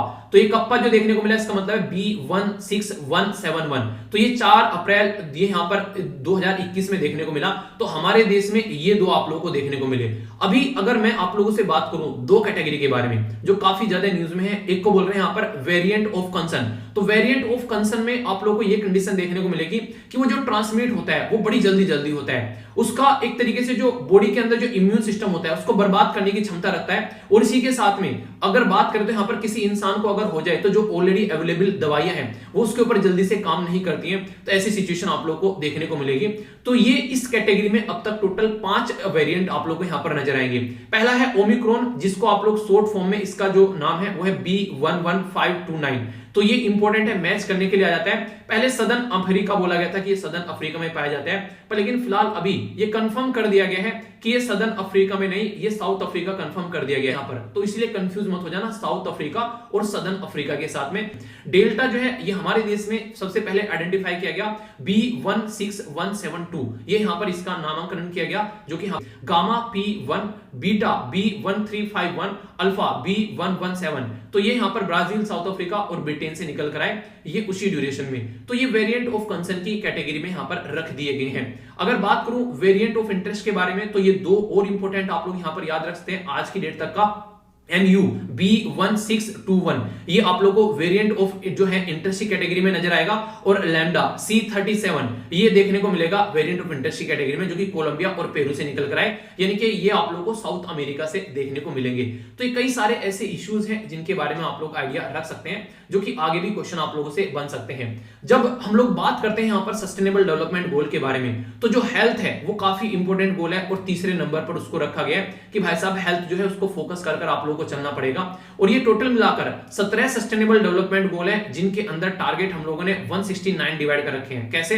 जैसे तीसरे नंबर का गोल आप लोगों के सामने, अगर इसको मैं थोड़ा सा और अच्छे से डिवाइड करूं आप लोगों के सामने, तो ये तीसरा गोल जो है वो अपने आप में ही यहां पर अगर स्टार्ट करेंगे 3.1 से, तो 3.9 तक पहुंचा हुआ है, यानी कि इसके अंदर 9 आप लोगों को अलग से टारगेट नजर आए। मैंने आप लोगों को इसलिए बताया ताकि कभी भी कोई आप लोगों से कोई पूछ भी ले तो आप लोग उसको एक्सप्लेन कर सको कि हाँ भाई साहब ऐसे होता है ये, और उसको लगे कि हाँ रियलिटी में इंसान को इस टॉपिक की जानकारी है। ओके, ये वीडियो मुझे बड़ी प्यारी लगती है, कई बार आप लोगों ने देखा होगा, मतलब इंटरेस्टिंग लगती है, बहुत ही एक नहीं, इसमें काफी ज्यादा इनोवेटिव काम किया गया था।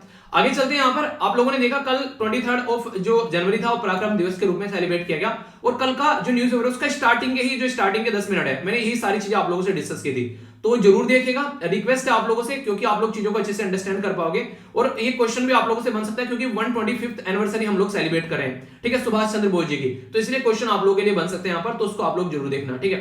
तो यहाँ पर पराक्रम जो दिवस है ये नेताजी सुभाष चंद्र बोस जी की जयंती के तौर पर हम लोग सेलिब्रेट करते हैं, और हिस्ट्री के अंदर, मॉडर्न हिस्ट्री के अंदर जो पर्सन जो होते हैं, खासकर इंपोर्टेंट पर्सनैलिटी से रिलेटेड क्वेश्चन आप लोग यहाँ पर बन सकता है। तो 23 जनवरी होगी, मैंने आप लोगों को बता दिया। तो एक हाई लेवल कमेटी जो प्राइम मिनिस्टर ऑफ इंडिया के द्वारा फॉर्म की जाती है, तो यहाँ पर प्लान करने के लिए कैसे प्रोग्राम यहाँ पर चलेगा, इसके चलते यहाँ पर उसको सेलिब्रेट किया जाएगा, ठीक है। गवर्नमेंट के द्वारा यहाँ पर सुभाष चंद्र बोस जी से रिलेटेड यहाँ पर काफी कुछ काम किए जा रहे हैं। आपदा प्रबंधन पुरस्कार का नाम आप लोगों ने सुना होगा, तो उसको सुभाष चंद्र बोस आपदा प्रबंधन पुरस्कार का नाम यहाँ पर रिकॉग्नाइज किया गया, ठीक है, ताकि यहाँ पर कोई भी ऐसी दिक्कतें देखने को मिले डिजास्टर मैनेजमेंट से रिलेटेड, तो उसको सोल्यूशन निकाला जा सके। हालांकि ये भी मैंने आप लोगों से डिस्कस किया था, जो शाम को वीडियो आती है 8:30 बजे, उसमें मैंने टॉपिक एक बार कवर किया था, अभी नहीं पहले कवर किया था, काफी टाइम हो गया, तो इसके बारे में एक बेसिक इन्फॉर्मेशन आप लोग रख सकते हैं। ठीक है, दोनों वीडियो अगर रेगुलर आप लोग लेकर चलोगे ना, तो कोई भी कंफ्यूजन आप लोगों को नहीं देखने को मिलेगा, तो इसलिए इसको ढंग से आप लोग लेकर चलिए, ठीक है। आगे बढ़ते हैं। आगे यहाँ पर अभी क्या बात की जा रही है, जर्मन नेवी के चीफ हमारे देश में आए और उनके द्वारा एक स्टेटमेंट दी गई जिस स्टूडेंट को भारी पड़ गई। स्टेटमेंट क्या थी, इनके द्वारा बोला गया कि अगर आज की डेट में यूक्रेन जो है वो बेसिकली क्या होना चाहिए, उसको इसके एक तो नेटो का मेंबर बनने के लिए उसकी क्वालिफिकेशन नहीं है, और बोला गया यहाँ पर प्रेसिडेंट व्लादिमीर पुतिन जो है वो डिजर्व करते हैं रेस्पेक्ट, उनको रेस्पेक्ट देनी चाहिए, ठीक है। तो उसके चलते Ukraine can never get back Crimea, यानी कि एक तरीके से बोला गया क्रीमिया यूक्रेन को कभी वापस नहीं मिलेगा, ठीक है। तो ऐसी बात इनके द्वारा बोली गई जिसकी वजह से हाहुल्ला हो गया बहुत ज्यादा, और इनको जाकर अपने देश के अंदर रेजिग्नेशन देना पड़ गया, जिसके चलते यहाँ पर ये इशू देखने को मिला, ठीक है। तो एक इशू है, हालांकि बड़ी बात बोलती है यहाँ पर दूसरी कंट्री के अंदर आकर, तो उसके चलते इंटरनेशनल लेवल का इशू बन गया। चलिए जो भी इसके बारे में आप लोग एक मोटा मोटा आइडिया रख सकते हैं, ठीक है। नेक्स्ट यहाँ पर जो बात की जा रही है, बात की जा रही है बीटिंग रिट्रेटिंग, जो यहाँ पर एक तरह से बीटिंग रिट्रेट होती है, ठीक है। तो यहाँ पर आज की डेट में मुद्दा क्या चल रहा है, मुद्दा ये चल रहा है, अब तक हम लोग यहाँ पर जो चीजें यूज किया करते थे वो हम लोग यूज किया करते थे अंग्रेजों के टाइम पर, ठीक है, अंग्रेजों के टाइम की सारी चीजें यूज करते थे। तो यहाँ पर ये ऑफिशियली एक तरीके से हमारा जो 26 जनवरी होता है ना, तो उसको एक तरीके से एंड करने की एक तरीके से आप लोग बोलते हैं, एक सेरेमनी है कि हाँ अब हमारा एंड हो गया है 26 जनवरी का जो सेलिब्रेशन है। ऑर्गेनाइज जो किया जाता है यहाँ पर याद रखिएगा, मिनिस्ट्री ऑफ डिफेंस के द्वारा यहाँ पर ये ऑर्गेनाइज कराया जाता है और कंडक्ट किया जाता है 29 ऑफ जनवरी की इवनिंग में आप लोगों को देखने को मिलेगा, यानी कि 3rd day after the Republic day. तो ये बेसिक इंफॉर्मेशन है जो कि आप लोगों को पता होना चाहिए। यहाँ पर इसके अंदर में हमारी कंट्री की जो मिलिट्री है, इंडियन एयरफोर्स, आर्मी, नेवी, तो यहाँ पर उनकी जो बेसिकली पाइप बैंड होते हैं वो पार्टिसिपेट करते हैं, ठीक है। तो इसके चलते यहाँ पर याद रखिएगा 2016 के अंदर, सॉरी यहाँ पर, ठीक है, सेंट्रल आर्म फोर्स और दिल्ली पुलिस के द्वारा भी यहाँ पर इसके अंदर पार्टिसिपेट करना स्टार्ट किया गया, ठीक है। जो ये रायसेना हिल है उसका जो विजय चौक है वहां पर ये सारे इवेंट आप लोगों को वहां पर देखने को मिलेंगे, जो कि काफी इंपॉर्टेंट है यहाँ पर, ठीक है। तो यहाँ पर ये सारे एक तरीके से फंक्शन यहाँ पर आप लोगों को देखने को मिलते हैं। तो ये ट्रेड जो है यहाँ पर ये एक तरीके से ओरिजिन है 1950 में, ठीक है, तब से यहाँ पर हम लोग इसको सेलिब्रेट करते हुए आ रहे हैं। हमारी कंट्री में एक तरीके से कि कैसी चीजें हैं, कल्चर आप लोग दिखाने की कोशिश करते हैं, तो यहाँ पर जो अंग्रेजों की ट्यून यूज की जाती थी उसको हटाने की बात की जा रही है, ठीक है। आगे बात करते हैं यहाँ पर एलिफेंट कॉरिडोर के बारे में, मैंने आप लोगों से बात की थी स्टार्टिंग में। मैं सारी लिस्ट आप लोगों को सारी चीजें प्रोवाइड करा दूंगा टेलीग्राम के ऊपर में। ये पूरा एक टॉपिक है, काफी इंपॉर्टेंट यहाँ पर, इसके बारे में मैं कुछ बातें बताने जा रहा हूं, उनको आप लोग नोट डाउन करते चलिए अगर आप लोगों को लग रहा है कि नोट डाउन करना चाहिए, ठीक है। क्या क्या बातें समझते हैं। ये एलिफेंट की जो डेथ है ये काफी बड़ा इशू है आज के डेट में, और जब मैन और एनिमल कॉन्फ्लिक्ट के बारे में बात करते हैं तो ये इशू बन जाता है, तो इसके बारे में आप लोग याद रखिएगा। तो इसी के बारे में अभी बात की जा रही है यहाँ पर इशू। तो यहाँ पर क्या है, यहाँ पर बेसिकली जीएस पेपर 1, 2, 3 सब जगह आप लोगों को देखने को मिल जाएगा कि एक तरीके से कैसे इनको लेकर चलना है, ठीक है। हिस्ट्री एक तरीके से आप लोग एक ज्योग्राफी के पॉइंट ऑफ व्यू से भी हो गया, ठीक है। एडमिनिस्ट्रेशन कैसे करना है, इन्वायरमेंट को कैसे लेकर चलना है, तो सारी बातें हैं। तो मिनिस्ट्री ऑफ जो यहाँ पर आप लोगों को देखने को मिलेगा खासकर रेलवे और मिनिस्ट्री ऑफ जो environment and forest and climate change के द्वारा कि हाथियों की जो डेथ होती है रेलवे ट्रैक पर उसको रोकने की बात की गई। प्रोजेक्ट एलिफेंट हमारे कंट्री में 1992 में लाया गया और सेंट्रल स्पॉन्सर्ड स्कीम, यानी कि दोनों मिलकर काम करेंगे, सेंट्रल और स्टेट गवर्नमेंट। प्रोजेक्ट जो है वो 16 राज्य के अंदर आज के में इंप्लीमेंट किया जा चुके हैं और एलिफेंट सेंसस भी होता है हर 5 साल में। लास्ट वाला जो था वो 2017 में किया था एलिफेंट सेंसस, एक सेकंड यार, 2017 में किया था। और अभी इंपोर्टेंट मुद्दा यहां पर क्या है, 2022 में हम लोग खड़े हुए हैं, ठीक है। तो नेक्स्ट एलिफेंट सेंसस भी होगा और टाइगर सेंसस के बारे में आप लोगों को पढ़ाया था। बताइए टाइगर सेंसस के बारे में अभी कौन से नंबर का टाइगर सेंसस कंडक्ट कराया जाना है। तो लास्ट सेंसस में लगभग 27,000 के करीब एलिफेंट हमारे देश में देखने को मिले थे। सबसे ज्यादा थे कर्नाटक के अंदर में, दूसरे नंबर पर आसाम और तीसरे नंबर पर केरला। तो ये आप लोगों को पता होना चाहिए, ठीक है। 32 एलिफेंट टाइगर रिजर्व हमारे देश में। इसी के साथ में ग्लोबल लेवल पर भी इनिशिएटिव है जिसको बोलते हैं माइक, याद रखिएगा MIKE एक नाम का इनिशिएटिव है यहाँ पर, जिसको बोलते हैं मॉनिटरिंग एंड इलीगल जो किलिंग ऑफ द एलिफेंट, तो उसको रोकने की बात की जाती है। 2003 का यहाँ पर ये आप लोगों को प्रोजेक्ट देखने को मिलेगा। एशियन और अफ्रीकन एलिफेंट दो कैटेगरी में होते हैं, इनकी पिक्चर्स भी मैं आप लोगों को प्रोवाइड करा दूंगा और लिस्ट वगैरह सारी टेलीग्राम पर आप लोगों को देखने को मिल जाएगी, ठीक है। तो इसके बारे में आप लोग देख लेना, ओके। बाकी यहाँ पर आप लोग समझ रहे हैं सर्दी जो है काफी ज्यादा बढ़ गई है और ये यहाँ पर अभी तमिलनाडु के अंदर काफी दुर्घटना देखने को मिली। लगभग 24 मंकी की डेथ हो गई क्योंकि लग रहा है कि जहर की कुछ चीजें मिलाकर उनको खिला दी गई है। तो ये काफी एक मतलब इंसानियत से गिरकर किसी ने ऐसी हरकतें की है जो कि सोचने वाली बात है। Protest over the attack on the non tribal, ठीक है। तो यहाँ पर कई बार ऐसे इशू देखने को मिलते हैं, ट्राइबल नॉन ट्राइबल के इशू। देखिए ट्राइबल कम्युनिटी को ना ये मानता है कि जैसे वो रह रही है उनको ऐसे ही रहने दो, उनको टच मत करो। कई बार इशू देखने को मिलते हैं और फिर यहाँ पर दिक्कतें निकल कर आती हैं। तो गुवाहाटी में अभी यहाँ पर मेघालय कैपिटल के अंदर में यहाँ पर ऐसे इशू देखने को मिले, नॉन ट्राइबल लोग जो नॉर्थ ईस्ट के अंदर है उनके अगेंस्ट यहाँ पर कई सारे इशू देखने को मिलते हैं, ठीक है। तो ये कई बार ऐसे इशू है कि आप लोगों ने देखा होगा, हिस्ट्री की अगर किताबें आप लोगों ने पढ़ी होगी तो पंडित जवाहरलाल नेहरू के द्वारा ये बोला गया था कि ट्राइबल कम्युनिटी को टच मत करो, वो जैसे रह रहे हैं उनको ऐसे ही रहने दो, उनकी वो नेचुरल लाइफ है उसमें इंटरफेयर हम लोग को नहीं करना चाहिए, ठीक है। बाकी स्टैच्यू ऑफ इक्वलिटी के बारे में बात की जा रही है तो याद रखिएगा यहाँ पर ये यहाँ पर 11वीं सेंचुरी के जो रिफॉर्मर थे श्री रामानुज, ठीक है। तो इनकी रिलेटेड स्टैच्यू ऑफ यूनिटी, यहाँ पर स्टैच्यू ऑफ यूनिटी आप लोगों को पता है गुजरात के अंदर, ठीक है। स्टैच्यू ऑफ इक्वलिटी यहाँ पर बनाई जा रही है कहां पर, ये तेलंगाना के अंदर में। तो ये आप लोगों को याद रखना है। तो इंपोर्टेंट है, इसके बारे में क्वेश्चन पूछा जाए पर्सनैलिटी से रिलेटेड आप लोगों को याद रखना है, ठीक है। तो वर्क ऑन गोइंग है यहाँ पर और 216 फीट यहाँ पर आप लोगों को देखने को मिलेगी, ठीक है। तो यहाँ पर ये काफी इंपोर्टेंट है यहाँ पर, जिसके चलते क्वेश्चन भी आप लोगों से बन सकता है। तो स्टैच्यू ऑफ इक्वलिटी के बारे में बात की जा रही है। तो यहाँ पर बोला जा रहा है कि यहाँ पर एक तरीके से स्टैच्यू ऑफ इक्वलिटी जो है ये एक तरीके से यहाँ पर मार्क करेगी 1000 बर्थ एनिवर्सरी श्री रामानुजम जी की, ठीक है। तो ये कुछ बेसिक चीजें हैं, बाकी और डिटेल में आप लोगों के लिए इसमें आएंगी चीजें, टेंशन मत लेना, आगे और चीजें कवर कर ली जाएंगी क्योंकि ये अभी टॉपिक जो है मैं शाम को जो वीडियो आती है 8:30 बजे उसमें डिटेल में और कवर कर लेंगे अच्छे से। तो ऐसी ऐसी चीजें होती हैं जो चलती रहती है, ठीक है। आर्कियोलॉजी जो है यहाँ पर एक पर्टिकुलर पर्सनैलिटी जिनका नाम है यहाँ पर आर नागास्वामी, ये रिसेंटली अभी हमारे बीच में नहीं रहे, तो एक तरीके से कई बार क्वेश्चन आप लोगों से बन जाते हैं कि इस पर्टिकुलर पर्सनैलिटी को किस फील्ड से रिलेटेड था।